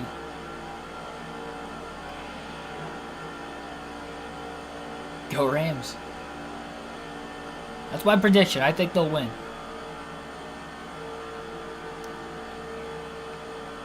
Then again, though, the Bengals have pretty much... I mean, they shocked a couple big teams already. I don't think anybody expected them to beat the Titans or the Chiefs, so they beat them both. Anything could happen. Yeah, Johnson had to have saved it, so did Biffle. Paul Menard. Our first Paul Menard sighting of the race. Everybody needs to get hard for Menard down in the chat. And Biffle's got a little drafting help because he is able to draft off the 33 of Menard. The car's coming out of the pit lane still.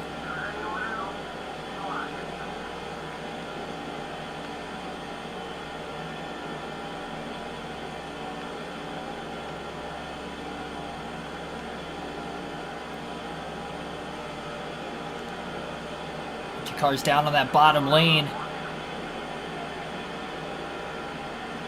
Casey Mears, Terry Labonte. Oh, Labonte pulls up in front of Menard. Biffle got into the back of the 33. That was a big block by Labonte. He wasn't up to speed yet. Almost stalled out the run by the 16. That could have been an accident. Allowed Mears to get back by as well. Biffle's still going to cling on in the draft with him, though.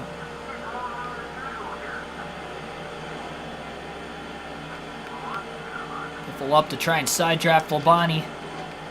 Oh, we got a car checking up on the bottom. Oh, hang on, hang on. There's a big checkup off the exit of turn 2. Again, Biffle gets into the back of Paul Menard. Things are scattering all over the place right now.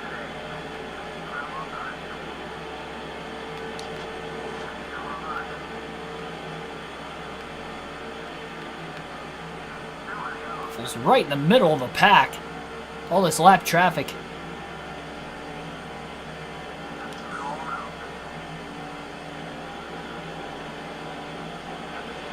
More cars coming out of the pit lane.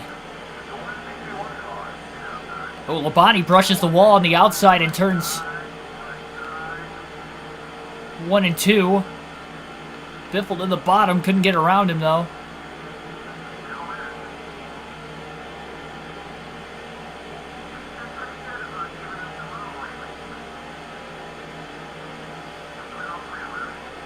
Oh, contact up there. I think there might have been another block by somebody who came out of the pit lane.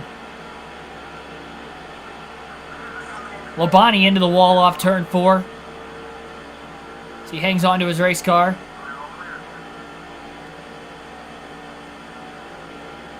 Biffle trying to stretch his fuel run out as far as he can.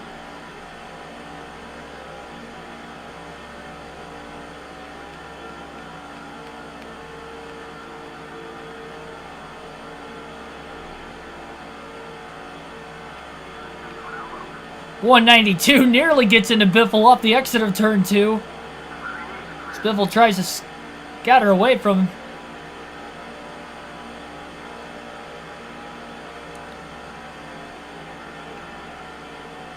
Ashton G, welcome into the stream.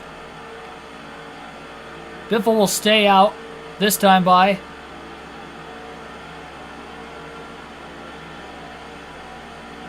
It's going to be right side tires only when Greg Biffle makes his pit stop. He will not pit for left side tires, so much like the very first stop of the day, that was also under green flag conditions. It'll be right sides only.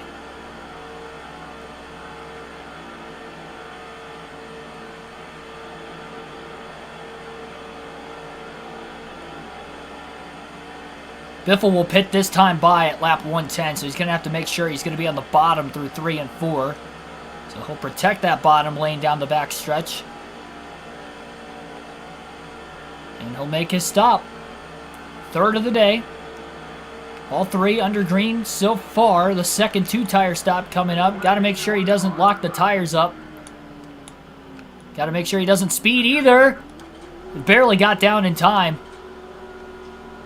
2 tires. Full tank of fuel. No adjustments for the 16 of Biffle.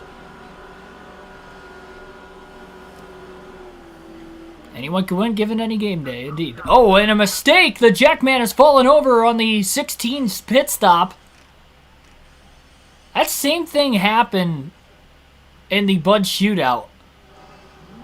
The Budweiser shootout, Biffle's crew had the same thing happen when they took right sides only. Jackman fell over, cost them on their pit stop.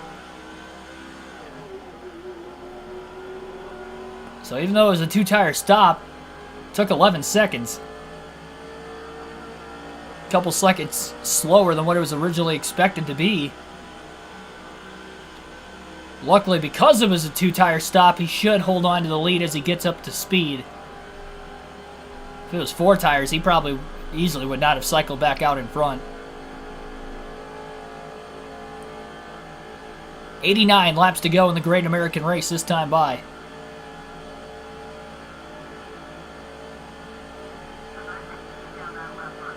Left front tire in the yellow.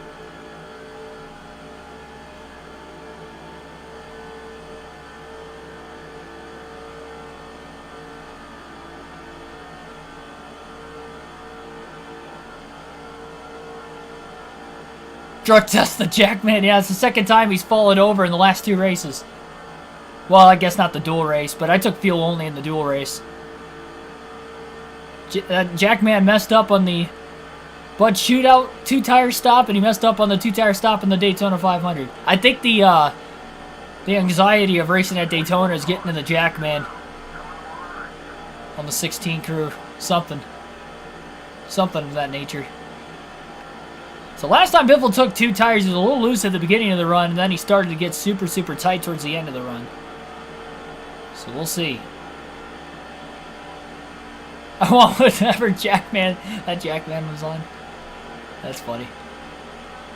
Whatever he's on, I want it. Jeff Gordon, Matt Kenseth the first to greet the 16 of Biffle. So kind of the cars that broke away after Johnson had gotten into the wall off turn 4, battling for the lead before the green flag pit stops. So those guys have a little bit of catching up to do. But I'm sure they'll get there eventually in a much bigger pack, as we've seen throughout the course of today's race.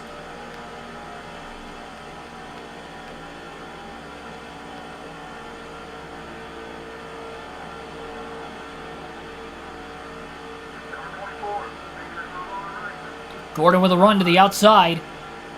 Not going to be a lead change at the line. Kenseth's going to go with his teammate Biffle. That's going to help Biffle out just enough to hold on to the lead still. So he was able to hold clear of Gordon. Kenseth squeezes Gordon into turns 1 and 2, trying to side draft him desperately, and he should have the clearance on Gordon off turn 2, and does. Slides back up to the outside, as does Biffle. Now Gordon crosses over to the bottom. Biffle to block him.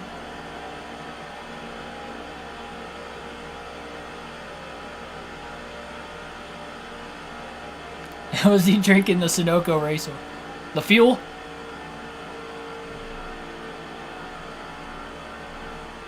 He may have been.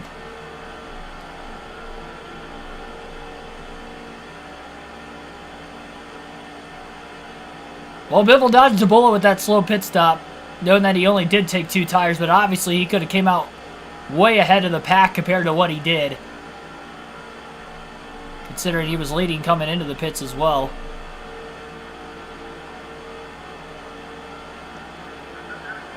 Can't afford to have that mistake on the final stop. It should be a 1-stopper to the end, if I'm thinking correctly.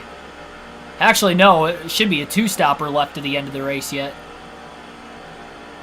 So the next stop will be 4 tires, and then the final stop will be fuel only, is likely going to be expected. He's really only been able to go 36 laps on a full tank of fuel. He went a little longer that time because of the caution. Greg Biffle has already clinched the most laps led, and it's only lap 116 of 200. That is how much he has led the 500 today. He's had a very good race car, but needless to say, because it's Daytona, the pack has been behind him every step of the way.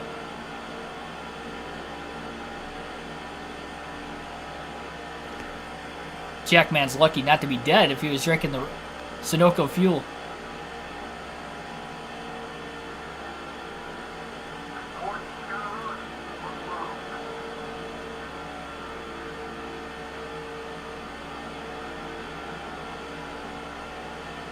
If the Jackman messes up the last stop, yeah.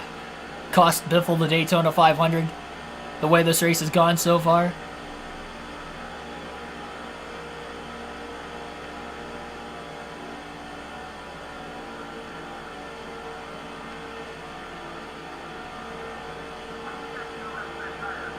Both left side tires in the yellow for Biffle. Kenseth to the bottom. Gordon also going to go to the bottom. With the 17, Biffle down to block. Easy going that time around.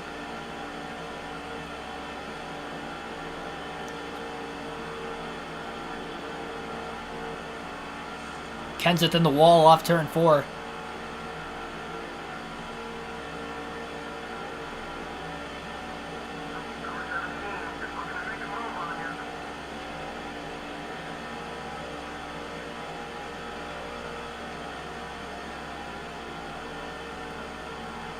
Somebody could show that comment, one of the bots down in the chat.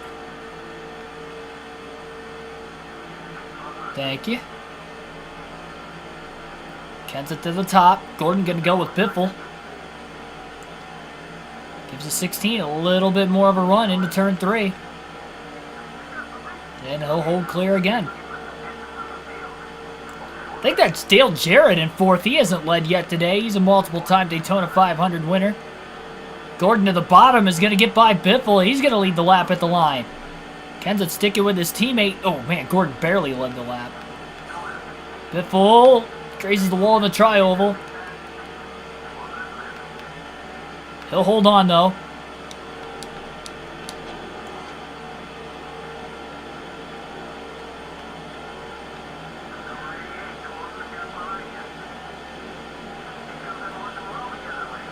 Massive run coming down the back straightaway. Jarrett on the inside.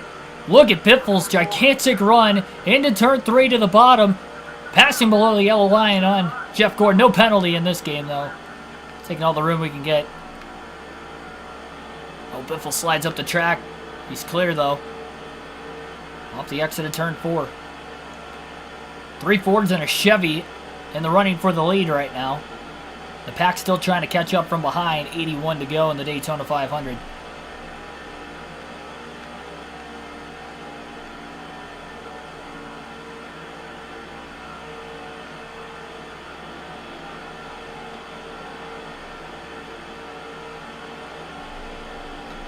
$15 likes on the stream. We're halfway to the goal. 81 to go. No, last comment's fine. YouTube just decided to not show it at first. We were talking about him being on drugs or alcohol before that, and nothing got blacked out, and then that one did for some reason.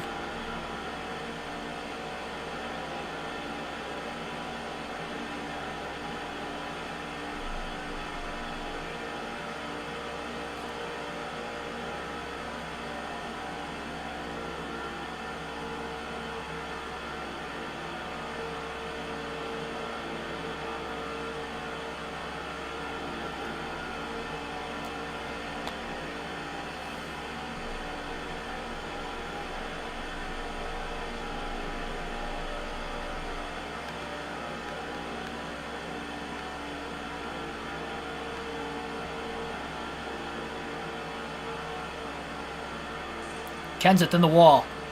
Brushes it off turn 4.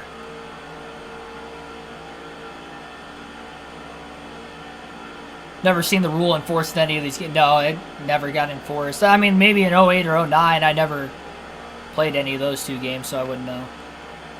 Tim Irvin, welcome to the stream. It is game day, Super Bowl Sunday. It's also Daytona 500 Sunday on the channel. It's race day just as much as it is game day. But nevertheless, welcome to the stream. Hopefully everybody enjoys that game later tonight.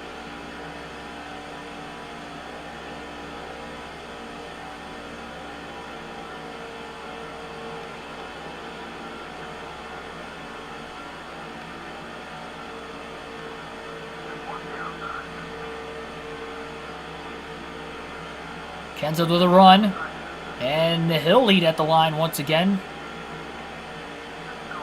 Biffle trying to side draft the 17, pulls back down. The pack's getting much bigger. Harvick in the mix now as well. Biffle drifts up clear of the 17. Jarrett to the lead on the bottom. And Biffle down in line between Harvick and Jarrett. Dale Jr. in the mix again. Biffle with a run underneath Jarrett. Oh, contact. Just a bit. Jarrett will get the lead back.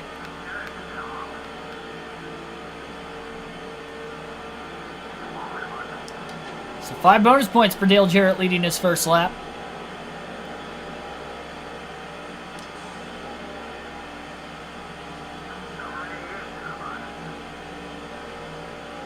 Biffle to the bottom into turns 1 and 2. Again, clears Jarrett up high. Little slide job at Daytona.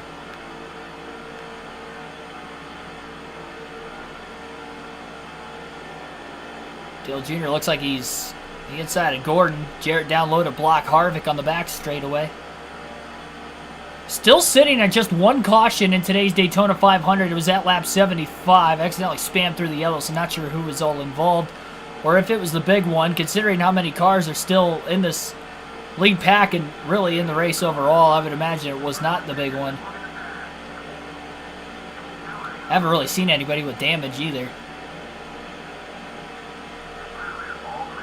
Pack was definitely coming in high. You had a great eye there, Santiago kid. Junior to the bottom. Jarrett on the outside. Jarrett with the bigger run. Going for the lead. Biffle down with Junior. Trying to block him. A little extra head of steam on that inside lane. And it's Biffle clear into turn 3.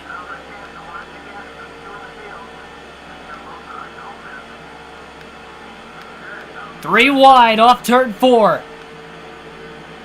Oh, Junior gets tagged a bit. Hang on. Bumper cars. How did they not wreck off of turn 4? Biffle was trying desperately to hold on to his line. He overcorrected. Made a bit of contact with both Dale Jr. and Dale Jarrett, but he held on. Everybody held on.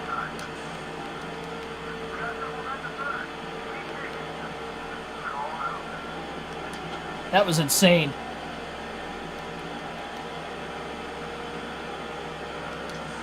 Biffle going for second again underneath Jeff Gordon. He's got the spot.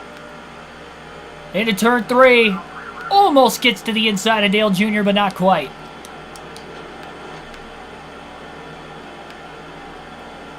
Remember, Biffle's got the old left side tire, so he was kind of struggling for grip. As it was, getting put 3 wide middle definitely didn't help him.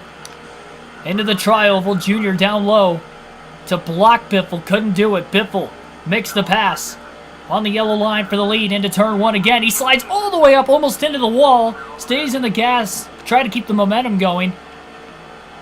Blocks Junior back down to the bottom.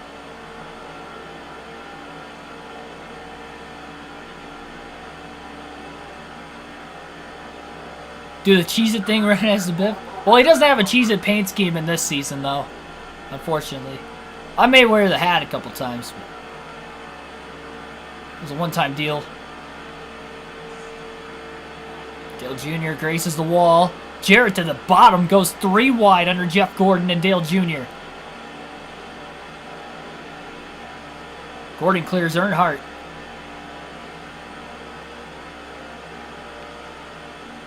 Biffle sticks the bottom pretty well that time into 1.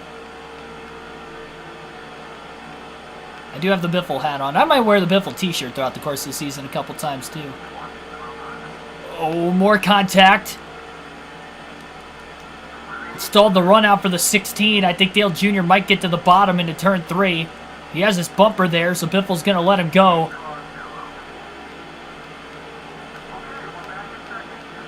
And he has time to pull back in line at second between Dale Jr. and Jeff Gordon. He's definitely picked up in intensity once again. On another long green flag run. And again, Biffle to the inside of Dale Jr. Jr. tried to block. Into turns 1 and 2. Biffle the slag job and clears Dale Jr.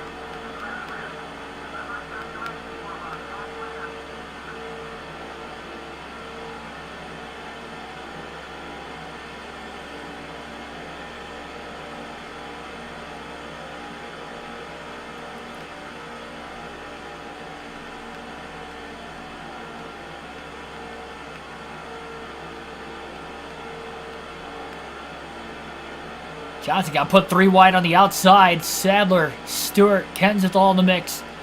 3 by 3 into the tri-oval from about 4th on back. 71 laps to go in the Great American Race. Biffle has already clinched the most laps led, the 3rd race of the year now.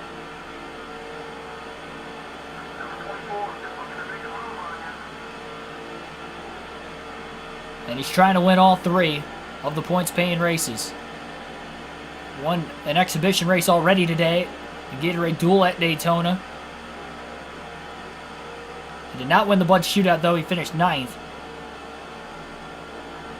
He's won 3 of the first 5 Busch Series races as well on the season there. Stewart grazes the wall. Sadler almost gets into him, had to lift, pull back into line. Tony Stewart is not led yet. He came close earlier. Couldn't quite get there. Still sitting at, I believe, 9 different leaders. He would be the 10th. Biffle gets really tight. Up the track he goes. Still gets back down in time to block Stewart. Stewart up high now to block Harvick. Hey, I don't think the cautions are... There's no way we're going to have one yellow in this race and have it likely not even be the big one.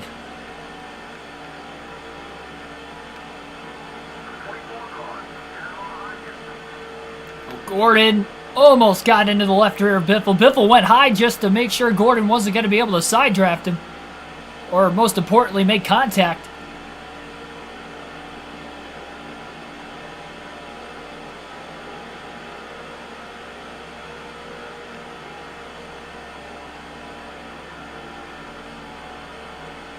Don't forget that Sadler and Jarrett are both teammates, and they are in the top 6. They could work together and decide it between themselves.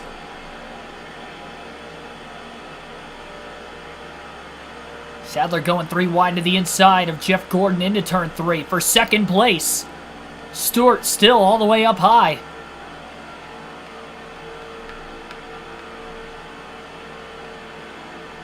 Well, they made it for now. Biffle got a little loose off turn 4. Trying to block all 3 lanes into the tri-oval is no easy task. Especially on 2 older left side tires. Stewart nearly gets into Gordon, checking up the outer 2 lanes. Sadler breaks free on the bottom. And look at Jamie McMurray working his way up in the 42 car for Chip Ganassi Racing.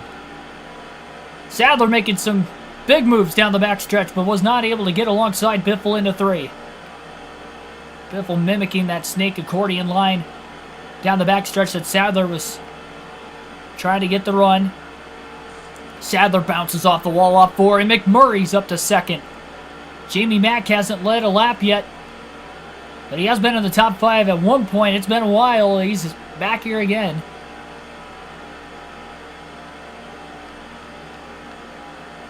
All these W's make Biffle sponsors happy, yeah. But Charter in the Busch Series. We've won with National Guard and Granger in the Cup Series so far. Haven't raced the Subway paint scheme yet. Hopefully that won't be the curse paint scheme of the season. Murray gets a nose to the outside of the 16, but he couldn't quite stay there. Dale Jr. to the bottom. 3 wide again with Sadler in the middle. McMurray's got no help up high. Labonte now to the bottom as well. Dale Jr. in the wall. Off turn 4, allowing Biffle to hold clear.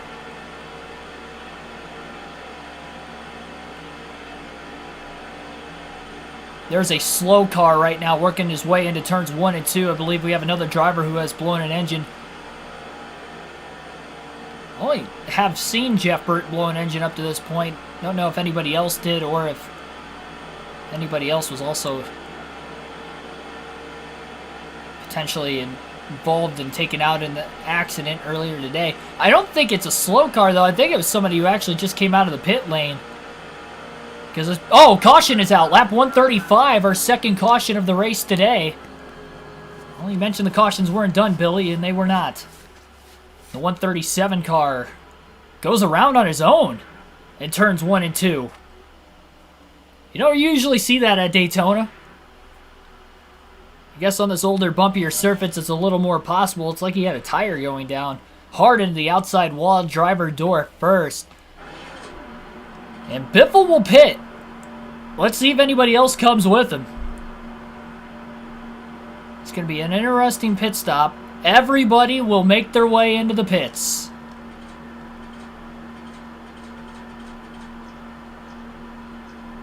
Four tires, no adjustments for the 16. And the entire field, presumably, will be pitting under the caution flag.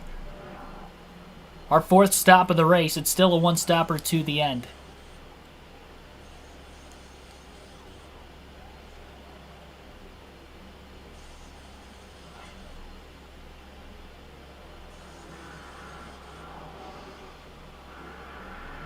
Kevin Harvick wins the race out of the pits. Labonte 2nd, Biffle 3rd.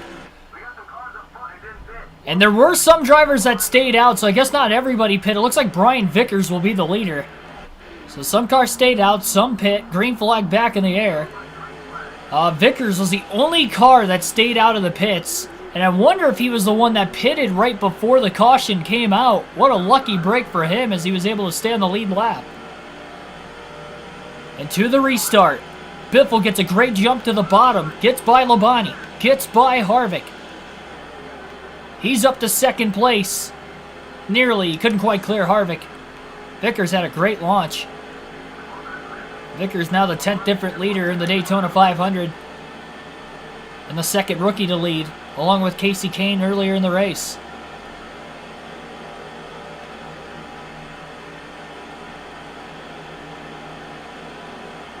Three cars up on the outside. McMurray to the bottom. Oh, Biffle into the wall.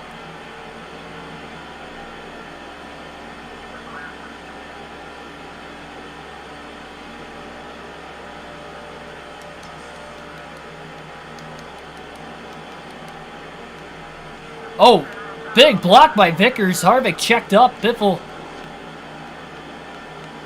knocked into the back of the 29.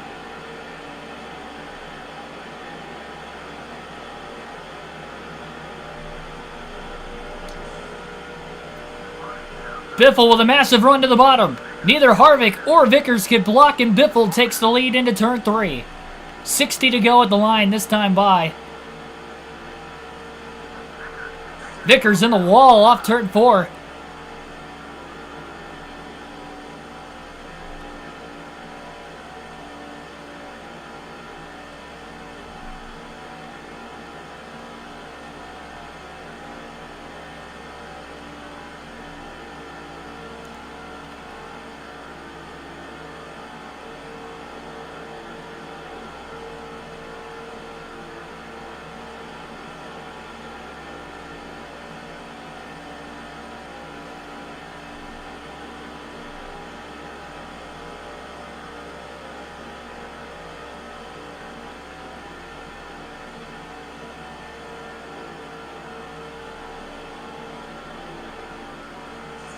Now Harvick bounces off the wall.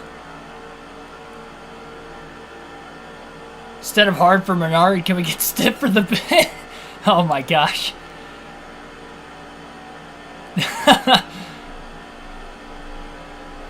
I guess we can.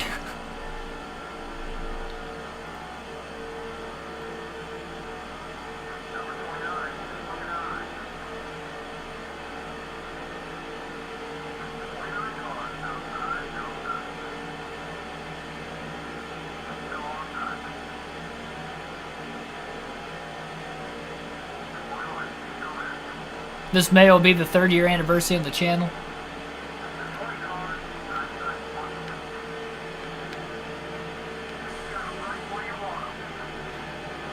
Yeah, I wasn't, I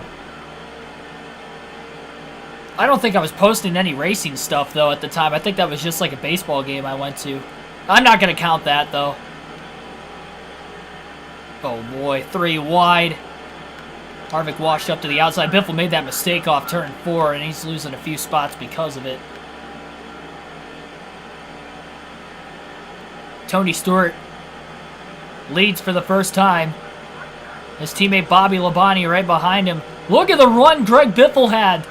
He's going to go all the way to the bottom. Oh, no! He gets into the side of the Gibbs cars. Nearly took him out. That dive bomb 3-wide move getting into turn 3. Labonte's in the wall off 4 as they're 3 wide back behind Biffle now.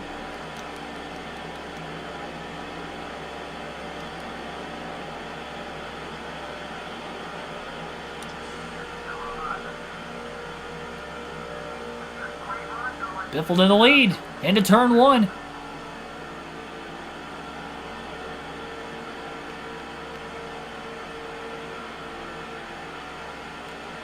M.I. Wesley, welcome to the stream. Started on your birthday also. Oh, wow, that's pretty cool.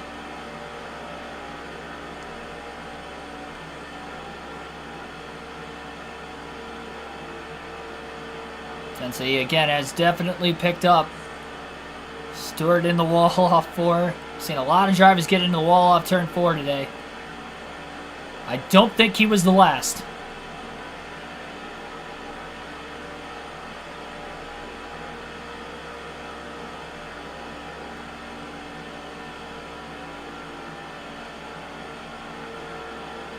Jamie McMurray would be a huge upset winner.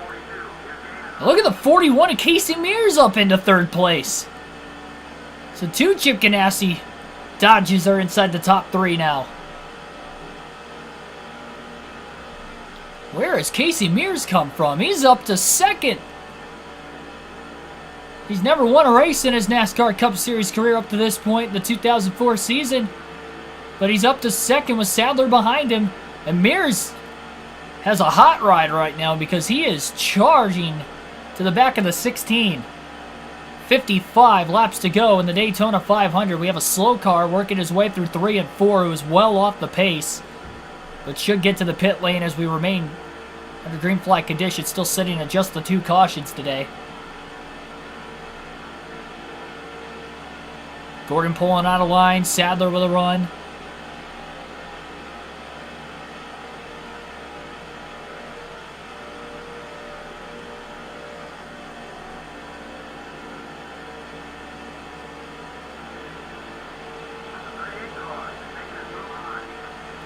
Sadler in the wall now off turn 4.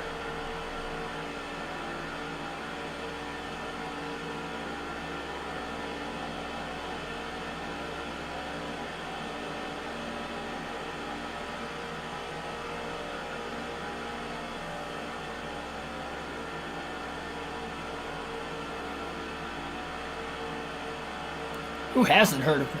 I feel like if you've never heard of Madden, you've been living under a rock your whole life. It's the most popular sports game out there. It's a franchise, at least.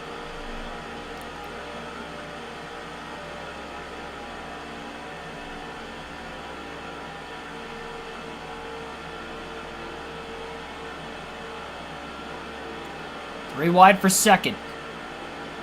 Murray was able to get back down to the bottom to block Elliott Sadler.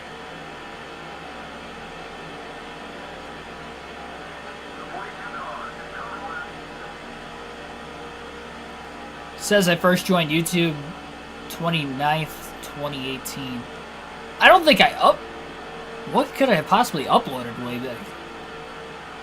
That was probably when I started an account. Because that was about the time I got into watching stuff on NASCAR YouTube.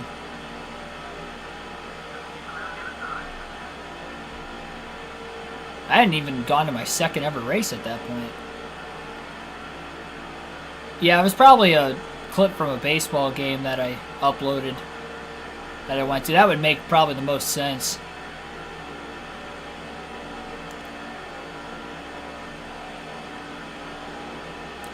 Yeah, I won't count that as my anniversary on the channel. I know we started the uploads of the Daytona 500 on the Daytona 500 Sunday in 2020. So we'll be coming up on 2-year anniversary here pretty soon of, well, the content you know of the channel to be today. Just before the COVID pandemic hit. We are closing up on 2 full years here very soon.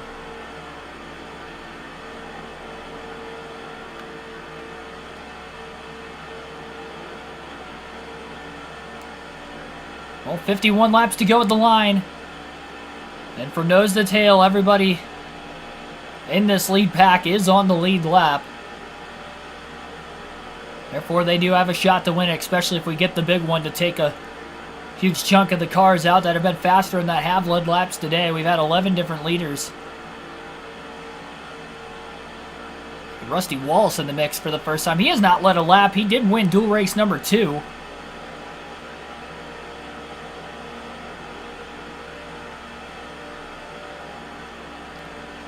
Again, also remember, we still have one more pit stop before the end of the race.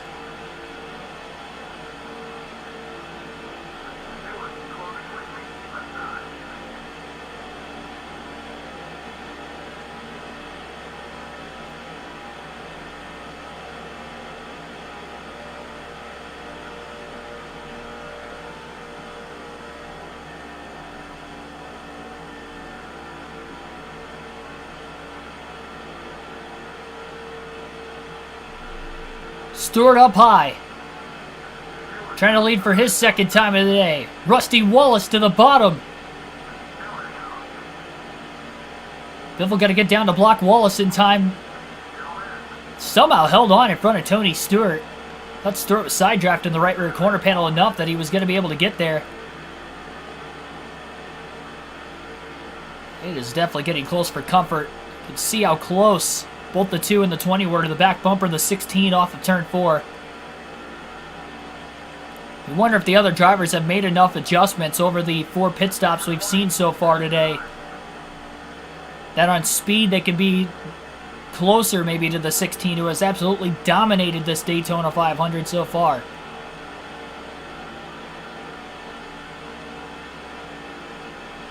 And the way these guys are racing in this pack behind Biffle, again, there's no way we're going to make it through this race without a big one.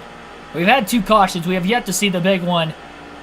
And with 48 to go this time by at the line, the clock is ticking on the chances for these drivers to make history this afternoon.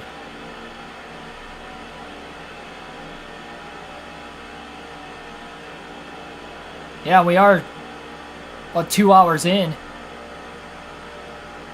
to this Daytona 500 on top of it. Pretty fast race pace with only having the 2 cautions, so that is definitely helped this race probably stay under 3 hours, unless we get caution after caution after caution late, which could happen. It could still happen. Rusty Walls with a big block on Gordon. He almost second-guessed himself. You don't want to do that, because if you second-guess yourself, then it's going to be too late to make the block. You have to be committed from the get-go and trust your instinct. Wallace gets into the wall off turn 4. Big run on the bottom coming from Kurt Busch to get to second now. Busch has not led in this race. He did lead in the dual race earlier today. Wallace, of course, again won his dual race, so obviously they both led in their own dual races. And Kurt Busch and Greg Biffle worked well together earlier in the duel. It's the first they've really been nose to tail at all in the 500.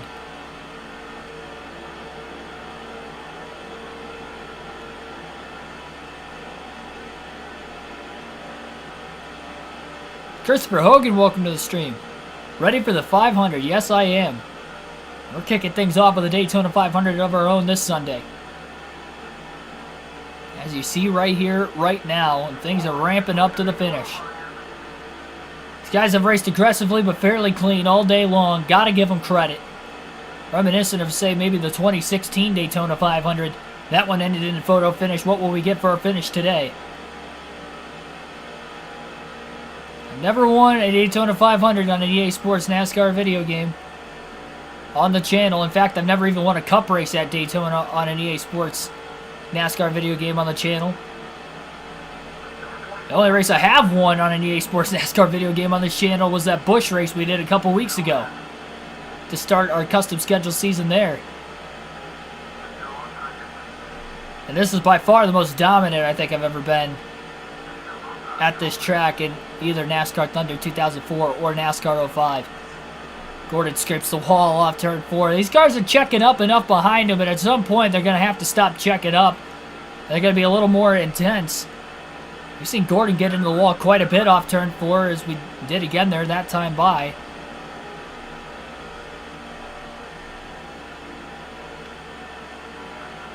Sadler to the bottom for the lead. About halfway on fuel for Greg Biffle. Labonte down on the bottom. Casey Kane back in the top 5 again. Biffle to the inside of Sadler, who's only led 1 lap so far today. Biffle going to make the pass on the inside lane into turn 3. He's clear. Up the track he goes. Back to the bottom to block Sadler.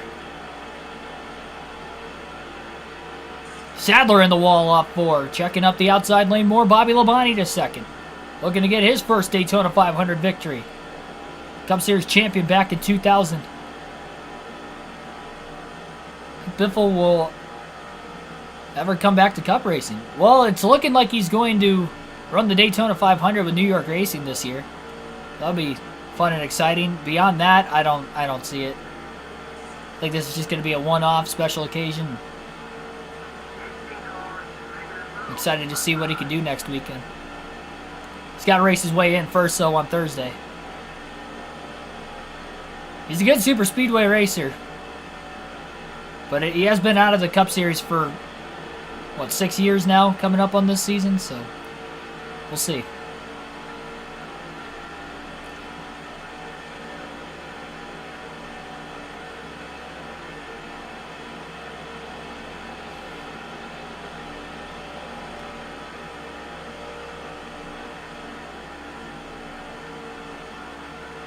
PS2 cord finally came back in so I can start playing this game again. There you go.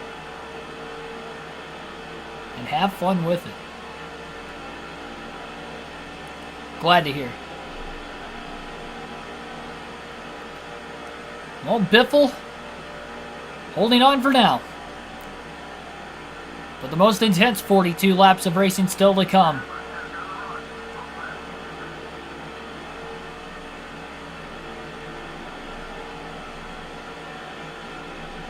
Santiago Kid thinks the third caution's coming in pretty quick. We'll see. Hopefully not. If we can get through this race without the big one the way this has gone so far today, it'd be a blessing.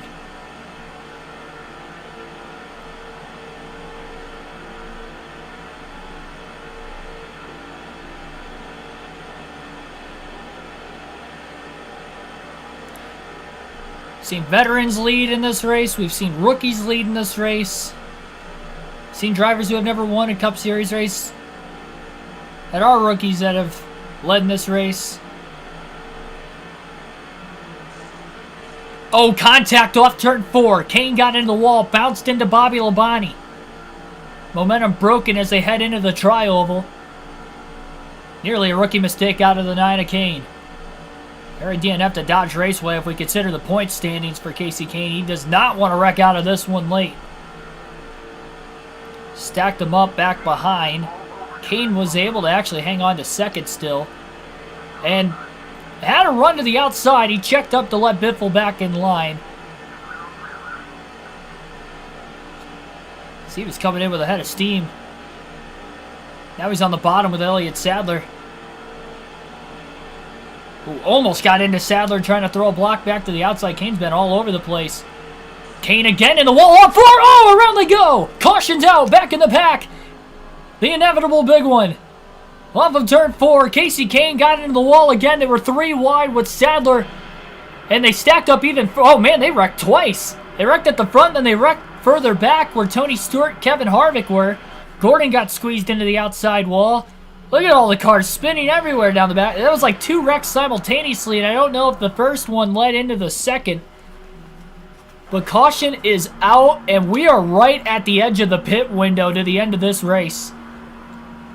40 to go when the caution waved. Biffle made it 36 laps on fuel earlier. He is going to pit. Everybody else is going to stay out. Oh, boy.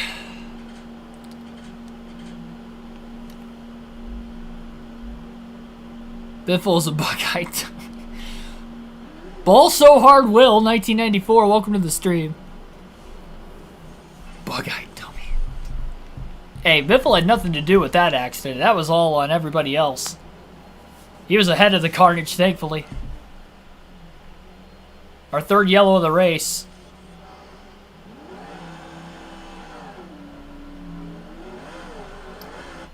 Everybody stayed out except for Greg Biffle. Can Biffle make it on fuel to the end of the race?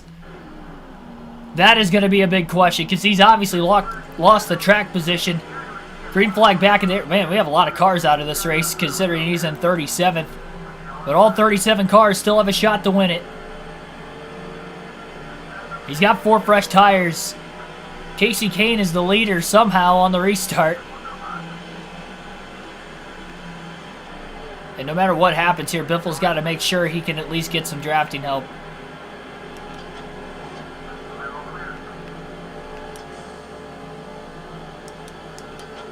Oh, he's got to be careful. He may lose the draft. He doesn't have any help behind him.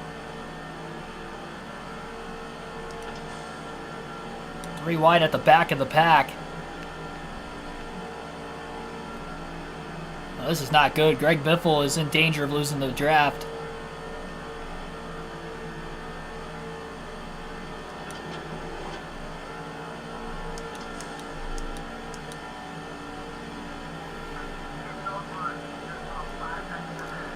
I think he's barely holding on. He's got Russell Jackson in the 142 car in front of him. Problem is, with being at the back, you risk, if there is a big one, will you miss it? I guess this far back behind the pack, he'll be in a little bit safer of a spot and he'll have time to miss it.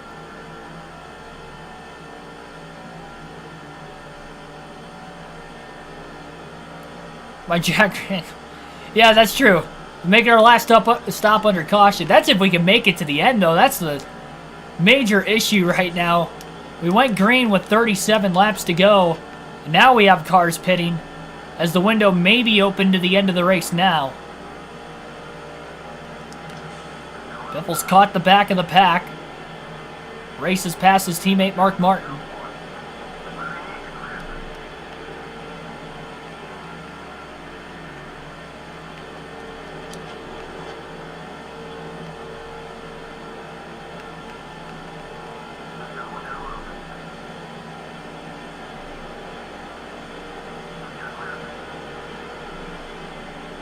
Thanks for tuning in, Jacob. Unfortunately, you can make it to the end. Hopefully you catch the replay. Biffle has just dominated this race all day long. The 192 car just got into the wall off the exit of turn 4. Lap cars coming out of the pits up ahead. Lead lap cars mixing in. 34 laps to go in the Great American Race. And rookie Casey Kane leads. Can a rookie win the Daytona 500, even after being involved in an accident? Which I guess the caution didn't come out for him spinning, even though he did spin.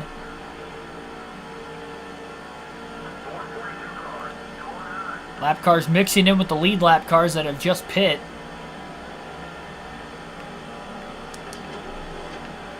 Chad Coleman in the 137 in front of Biffle. Biffle will draft with him.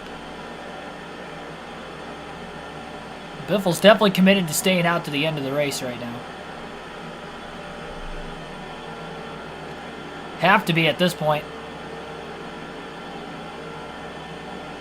Tires are no big issue because he took 4 tires when he pitted. Oh, he's getting tight. Almost got into the 153 car. That was close. He stayed in the gas.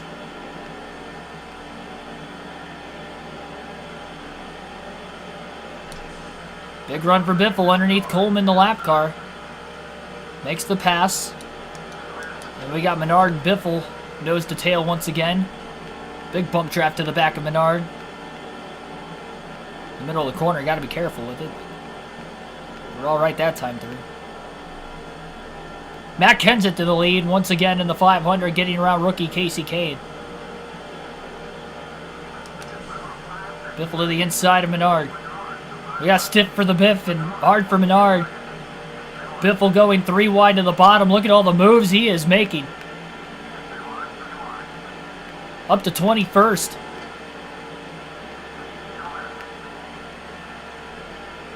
Trying to get back in line to the outside. He does. Behind rookie Scott Riggs. Biffle got way too deep and way too flat into turn 3. Great save. Wimmer just got back by him for position.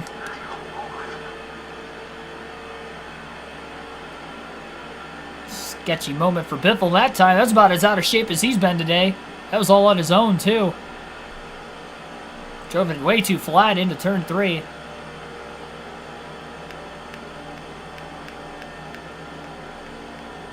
I have the Rams winning the Super Bowl today. I'm going to guess the final score is going to be 33. I'll go 33-30 Rams. That's my prediction.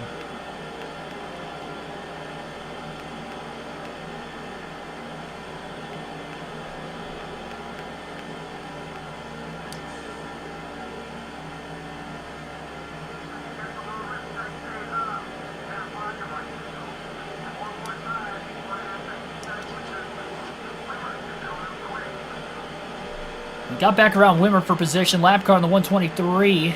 It's also on the outside. He's got 30 more laps. He's able to save fuel in the draft right now, which is good. Not going to have any drafting help, though, once the rest of the field pits. Oh, contact! Riggs checked up. The 119 gets into the wall. Biffle drives on. We stay green.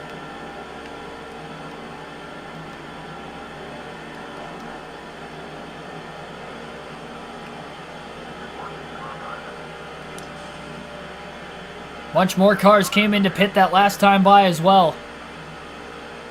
Biffle up to 13th on the inside. Pulls high in front of Nemechek in the 0-1. Riggs going to get back down to the bottom. Biffle gets into the side of Riggs. Get more contact.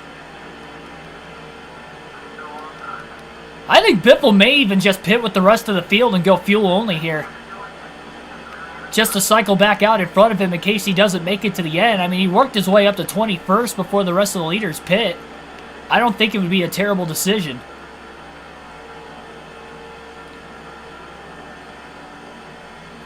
It at least wiped the fuel strategy race out. You just got to hope you cycle back to the lead. Because right now he's 4.6 back of teammate Matt Kenseth.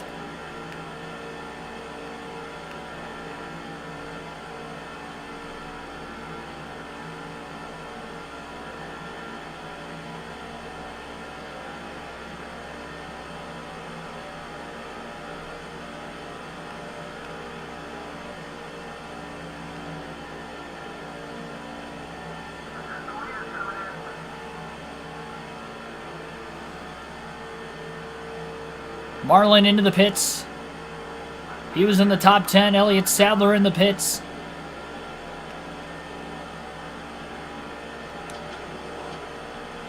Greg Biffle trying to get to the back of Kyle Petty in the 45. Draft with him. More lap cars going to mix in with the lead lap cars down the backstretch, I'd have to assume. A little bit of a checkup off the exit of turn 2 for Petty. Biffle to the inside. He's split in the middle with the slower cars down on the bottom. Michael Turner, welcome to stream. Yes, Daytona 500 indeed. Both the Ganassi cars down on the bottom. McMurray looks like he's going to pit this time. Mears does not. Mears checked up quite a bit. Biffle looking underneath him. Look at the run by the 161 to the outside. Taking it 3 wide into the tri-oval.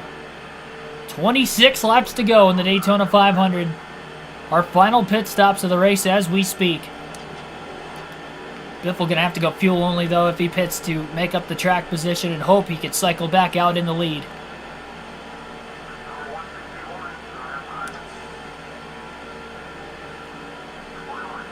Trying to side draft the 123. Here's pulling back down to the bottom a little more. Looks like Casey will pit this time by. We'll have 25 laps to go in the Daytona 500. And Biffle will pit this time. And he's going to try to gain as much time as he can coming into the pits. Got to make sure he does not speed. And he did not lock the tires up either. That was about as well as he could have made it into the pits. So there it is. He'll top off on fuel. And this is the money stop for Greg Biffle.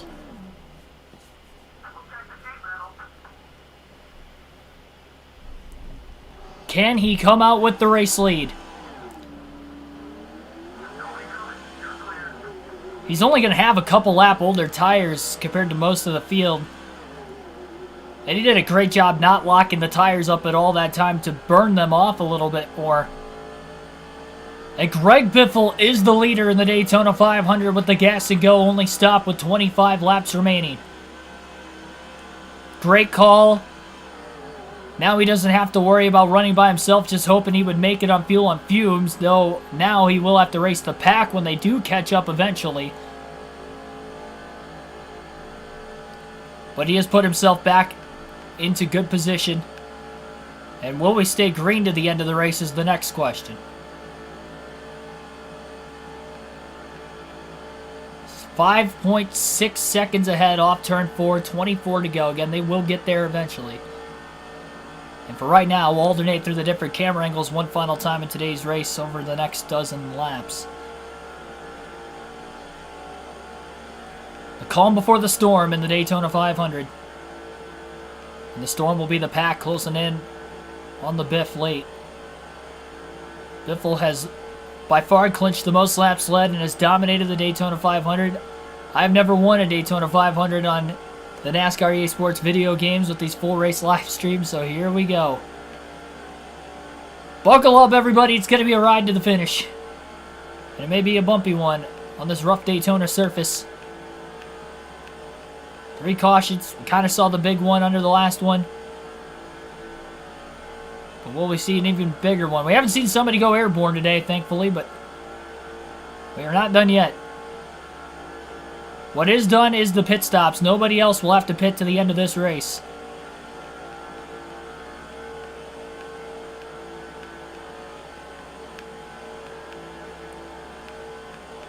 Remember, the race could end under caution as well. No green-white checker attempts if we go past the scheduled distance, at least. I mean, if we get a caution, we restart with 2 to go. That'll just be because of where the caution laid and where they got everything cleaned up. So if we get down to 5 laps to go or less, you definitely don't want to lose the lead, because if a yellow does wave, that's it. And for those of you that watched the Budweiser shootout on Monday, you know how crazy of a finish that was. Biffle is going to do whatever it takes to win this race from here on out. He's kept the car very clean all day. He's raced very clean all day.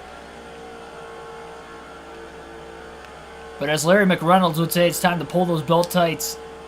Pull those belts tight one last time, because here we go.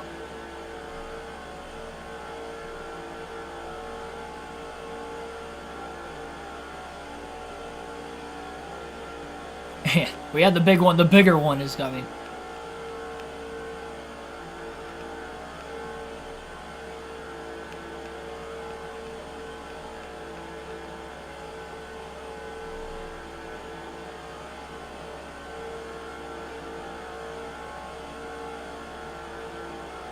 They may get to Biffle this lap. If not, it'll be the following lap with 20 to go. That's where things will heat up. It's almost identical to where things were heating up in the Bud shootout. Though that one was a calm race until it was kind of hectic at the start. Then it calmed down for about 30 to 40 laps. Then the final 20 were insane. And then this race has pretty much been insane from the start. And this has been the calmest it's been all day. But not for long. It looks like Matt Kenseth in the 17, who was leading going into the pit stops, will be the first driver to get to Greg Biffle this coming lap.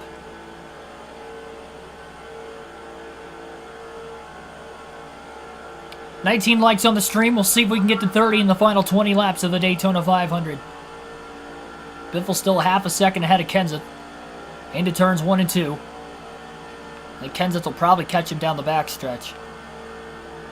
He doesn't have any help behind him right now, so it's going to be... I mean, he'll have a big run on the 16. But the 16 is going to make a much easier block on just one car. Kenseth still has that run down the backstretch, looking to the bottom. Biffle will hold on. These two are teammates. It'd be nice if they could stay 1-2 ahead of the rest of the pack that will still be coming. But Kenseth doesn't want to wait too long either. Oh, Kenseth brushes the wall off turn 4. Contact between the leaders as well. Kenseth bounced off the wall off turn 4 and then got into the right rear corner panel of Biffle.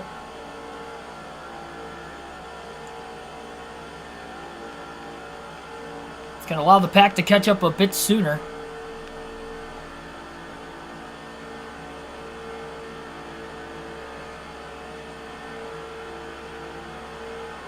Mirror driving.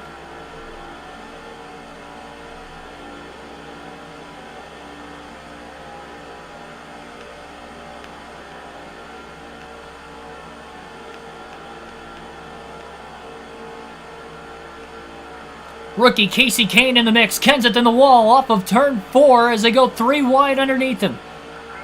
Casey Kane with a gigantic run into the tri-oval. Looks to the outside for the lead. Jeff Gordon on the bottom. 18 to go in the Great American Race. And can a rookie get it done in his first ever Daytona 500 attempt? Gordon back to the inside. Kenseth now way down low, but he's blocked by Gordon. Gordon clear of Kane up high as well as Biffle tries to just hold on in front of everybody.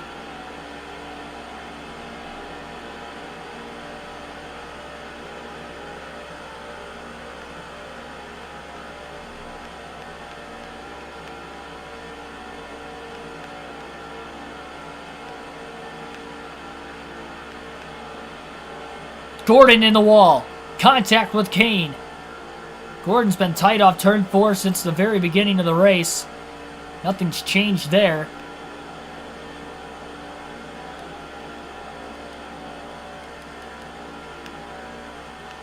Oh, Biffle overdrove turn 1. That was pretty bad. Kenseth's going to get around him. Kenseth to the lead in the Daytona 500 with 17 to go.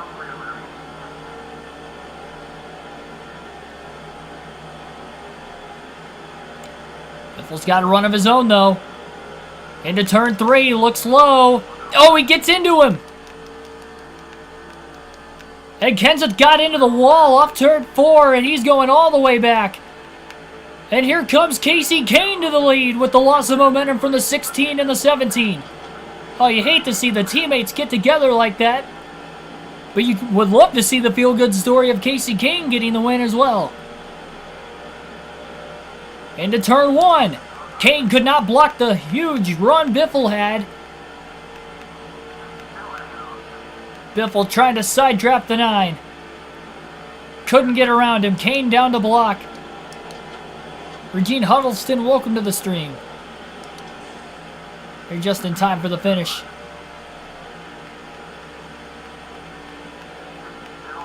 Biffle has cleared Kahne, I believe, and he does. Up high, Gordon to the bottom. Gordon nearly gets into the left rear of Biffle off of turn 4. Biffle back out in front with 15 laps to go in the Daytona 500. Black flag for passing below the line. We've been doing that all race. I don't give myself a penalty in this game for passing below the WL line. We've got the old school rules on. You're not Regan Smith. Yes, that's why I got away with it. Redale Jr. from the Digger race, what was that, in 03 when he did that? He earns $4.99 in 2003. Can you imagine Kasey Kahne pulling off the upset, his third career race to win the Daytona 500 today? He's led laps off and on, and he's here late. He's in second with 14 to go. The pack is just growing bigger and bigger, and will continue to do that to the end. Kurt Busch, Elliott Sadler also in the mix. Kenseth starting to catch back up again. Bobby Labonte. And then you still got Gordon Biffle and Kahne up at the front.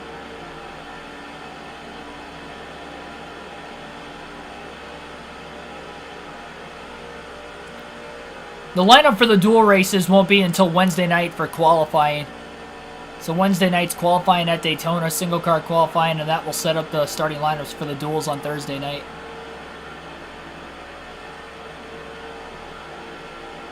Kahne to the inside of Gordon off turn 4. 13 to go. We'll go back to the far chase cam next lap. We'll do that to the end of the race. Up to 20 likes on the stream now. I want to see you guys getting hyped down in the chat for the finish of the Daytona 500. Guess the third annual time we've done it this time of the year. Kahne nearly gets into the right rear of Biffle off of turn 2. Kurt Busch is back in the mix again.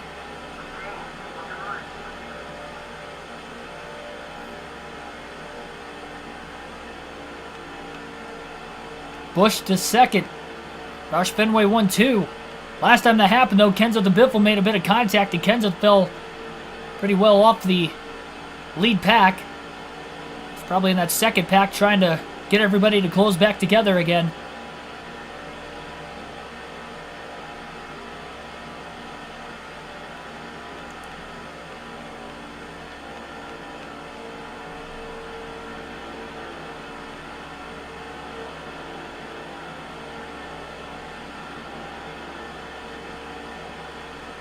Sharpie 97 of Kurt Busch looking pretty sporty.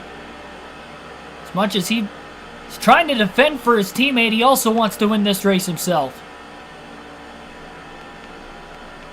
For obvious reasons. And he'll do what he can to try and make that happen. And there he goes to the outside.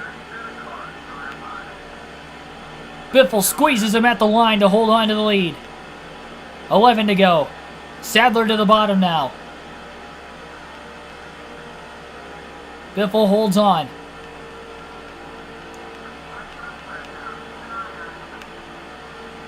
Billy, don't jinx anything about that bot down in the chat.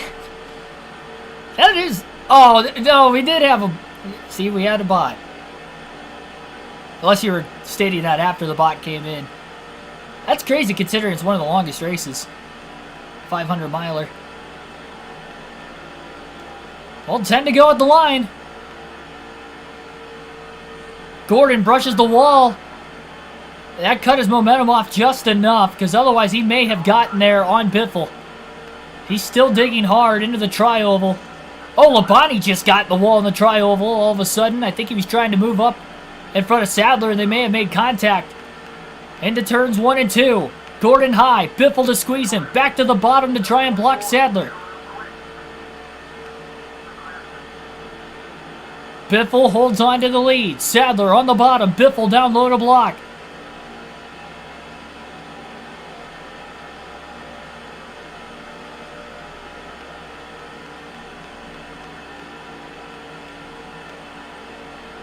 The moment we have all been waiting for, the finish of this Daytona 500. Gordon again with the run, but this time he didn't hit the wall. It's much bigger. Gordon will lead to the line by inches over Greg Biffle, 9 to go.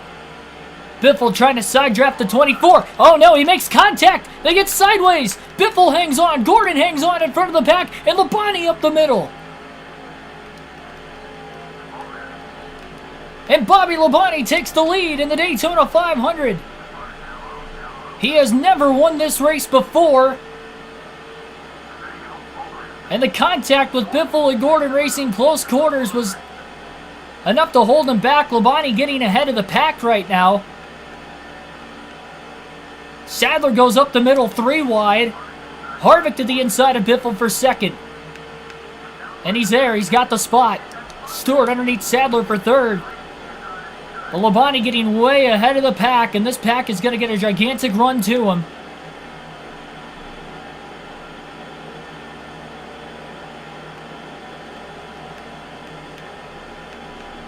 They call Harvick the closer for a reason, and he is closing on Labonte. He's going to have a massive run down this back straightaway. Biffle going to pull out a line before Harvick had a chance to. He gets to the inside of Kevin Harvick. Can he get underneath Labonte into turn 3? Oh, he gets sideways. He tried. He ran out of real estate. But he will take second away from Harvick.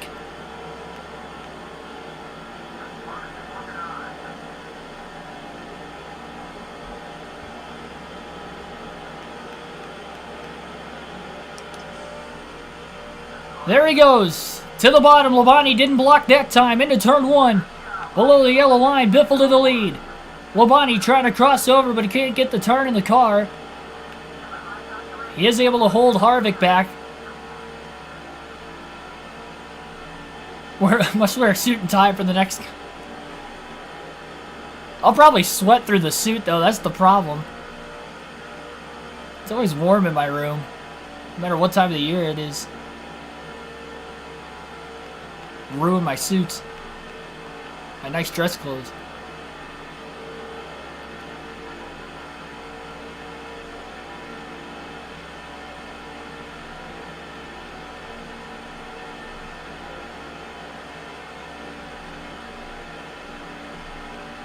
Six to go. Labonte still up high. Harvick on the bottom. Oh, Harvick nearly gets underneath Biffle. Biffle just slid down in front of him in time. Back to the outside to block Labonte, who almost gets into the wall off turn 2. Sadler going to try to go up the middle, 3 wide again. Biffle down low. Trying to hold off the 29. Tony Stewart never won a Daytona 500 in his long career. Harvick is there. Off turn 4. Trying to side draft the 16. Biffle gonna hold on. 3 wide to the bottom goes Stewart. Stewart goes 3 wide to the inside as he tries to take the lead. Biffle is stuck up high. He led that lap at the line. 5 to go. Caution comes out. The race could end.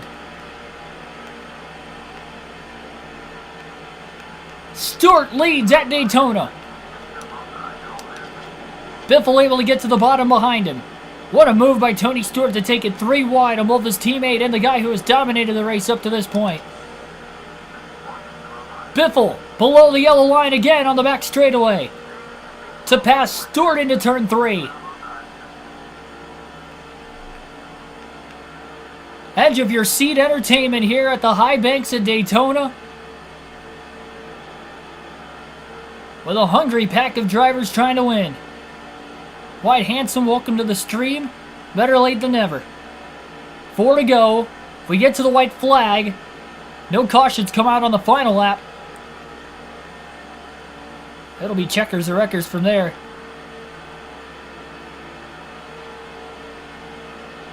Stewart with a run. He gets there to the outside. He's got donuts all over his car. That's not from Biffle, I can tell you that much. Oh, a little contact though that time.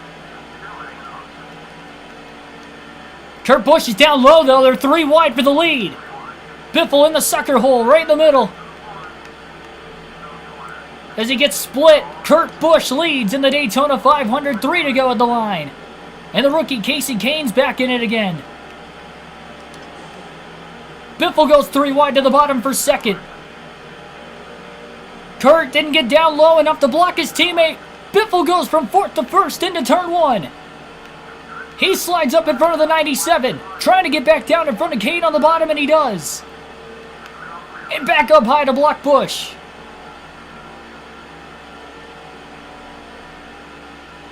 Harvick making a move under Stewart. Gordon to go with him. Casey Kane in second again. Has a run, looks high.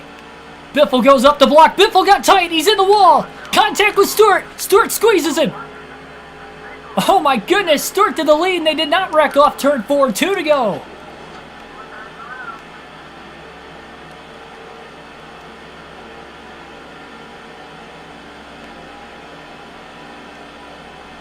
Biffle can't get the turn in the car.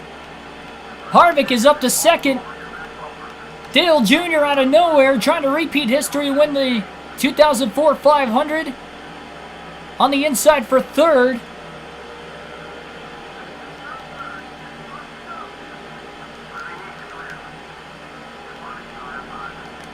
Biffle to the inside of Harvick for second. Stewart leads off of turn 4 as they'll be coming to the white flag. If they can get to the white flag, no cautions on the final lap.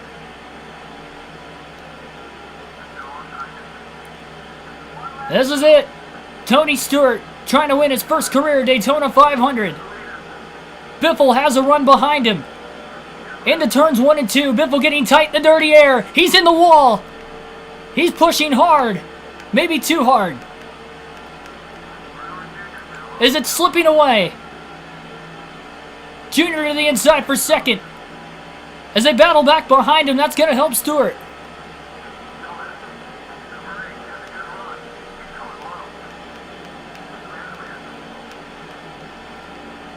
One last gasp off turn 4. Tony Stewart is going to win the race. Greg Biffle in second with a charge, but it's too late. And Tony Stewart will win his first career Daytona 500. And Greg Biffle, who dominated all day long, comes home second. What a finish.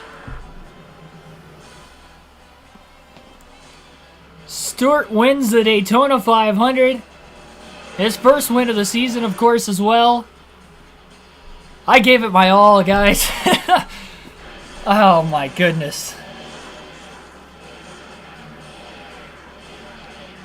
What great action. They made it without a big one. 3 cautions, no big one. Well, I guess we did see the big one early. Never mind. We had the big one with 40 to go. I don't think anybody DNF'd from it, though. Despite the fact we had a lot of DNFs today. Dang. I just lost too much track position at the end of that. I fell back to what, like 4th place, like twice in the last 4 laps.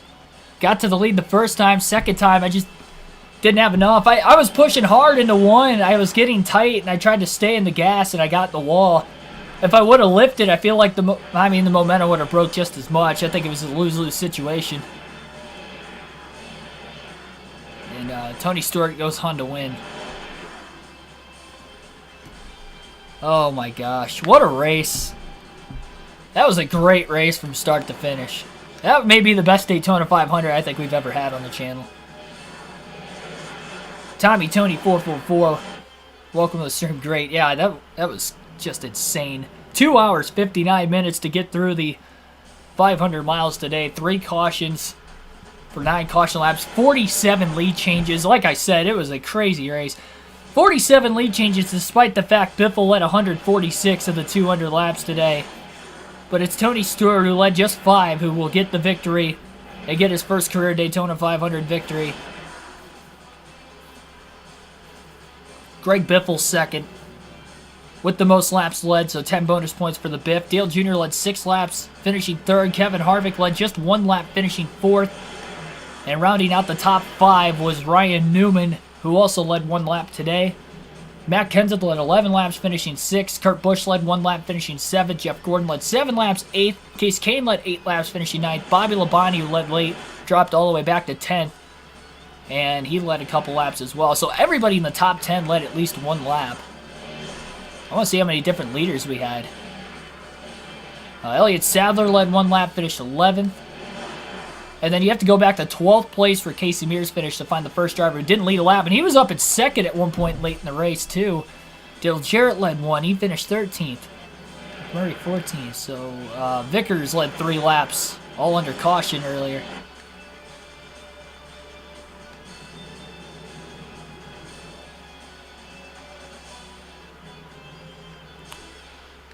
So what are we at here? 10, 11, 12... 13.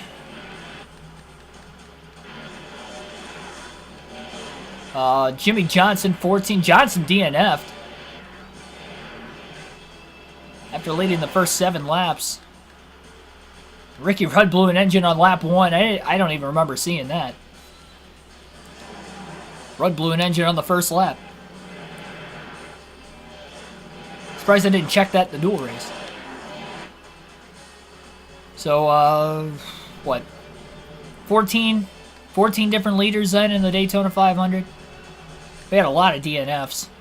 Ricky Rudd, Robbie Gordon, Jeff Burton, Dave Dunn, Jimmy Johnson, Brendan Gaughan, Scott Wimmer. All blew engines in today's race. 36 cars finished the race and finished on the lead lap. But it looks like we had 7 DNFs total. 3 cautions were lap 75, so nobody DNF'd out of the first yellow. Second caution was at lap 135. Nobody DNF'd out of that one. And then the final caution was at lap 161. Nobody DNF'd there either. So nobody DNF'd under the 3 yellows we had today. Golly. What a race. What a race. If you don't subscribe after that one, I don't know what you're doing. If you don't hit that like button after today's stream, I don't know what you're doing. Helps me out a ton. On the road to 10,000 subs as always. More live streams coming your way this week between tomorrow and Tuesday. Be on the lookout in the community tab for what time tomorrow's stream will start, as well as what game, what race it will be, as well as Tuesday. I'm not sure exactly yet what the race is going to be. I think it will be NASCAR 21 Ignition at Martinsville, but I'm not entirely sure. Yeah, just a couple more streams. I'll be off to Daytona Wednesday morning, and we'll have a lot more content coming from Daytona later on next week. Thank you all so much for your appreciation and support, as always. 7 days on our road to Daytona. Speed Weeks coverage will continue for real racing, but as far as our Speed Weeks for this game and the NASCAR video games in general, that will come to an end. It was amazing. What a great race. Again, probably the best Daytona 500 we've probably ever had on the channel. And again, I lost another race at Daytona in the Cup Series in this game. I've not won a points-paying race at Daytona in the Cup Series, either on NASCAR 05 or NASCAR Thunder 2004. I don't know what I have to do to win one of these. Apparently leading, 146 of 200 laps wasn't enough.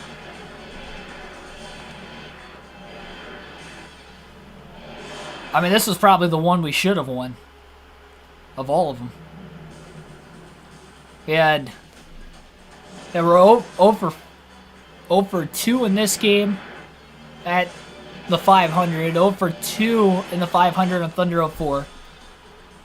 And then we would have had overall 3 summer Daytona races on 04, didn't win any of them, and then 1 so far in this game.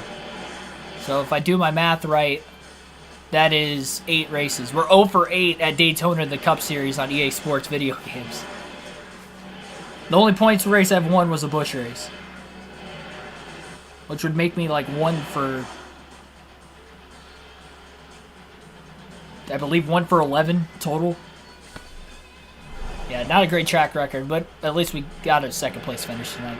For points purposes, it was a good night, but you don't care about points when it comes to Daytona 500. You care about the win. Buying NASCAR 6 after this. Yes, I will. That will be the next gameplay. Alright, I'm going to leave you guys for the rest of this evening. Thank you for tuning in both for this race and the dual race earlier on this afternoon as well. It's been a great doubleheader of action. I'll see you guys tomorrow night. Enjoy the Super Bowl tonight, and I'll catch you next time.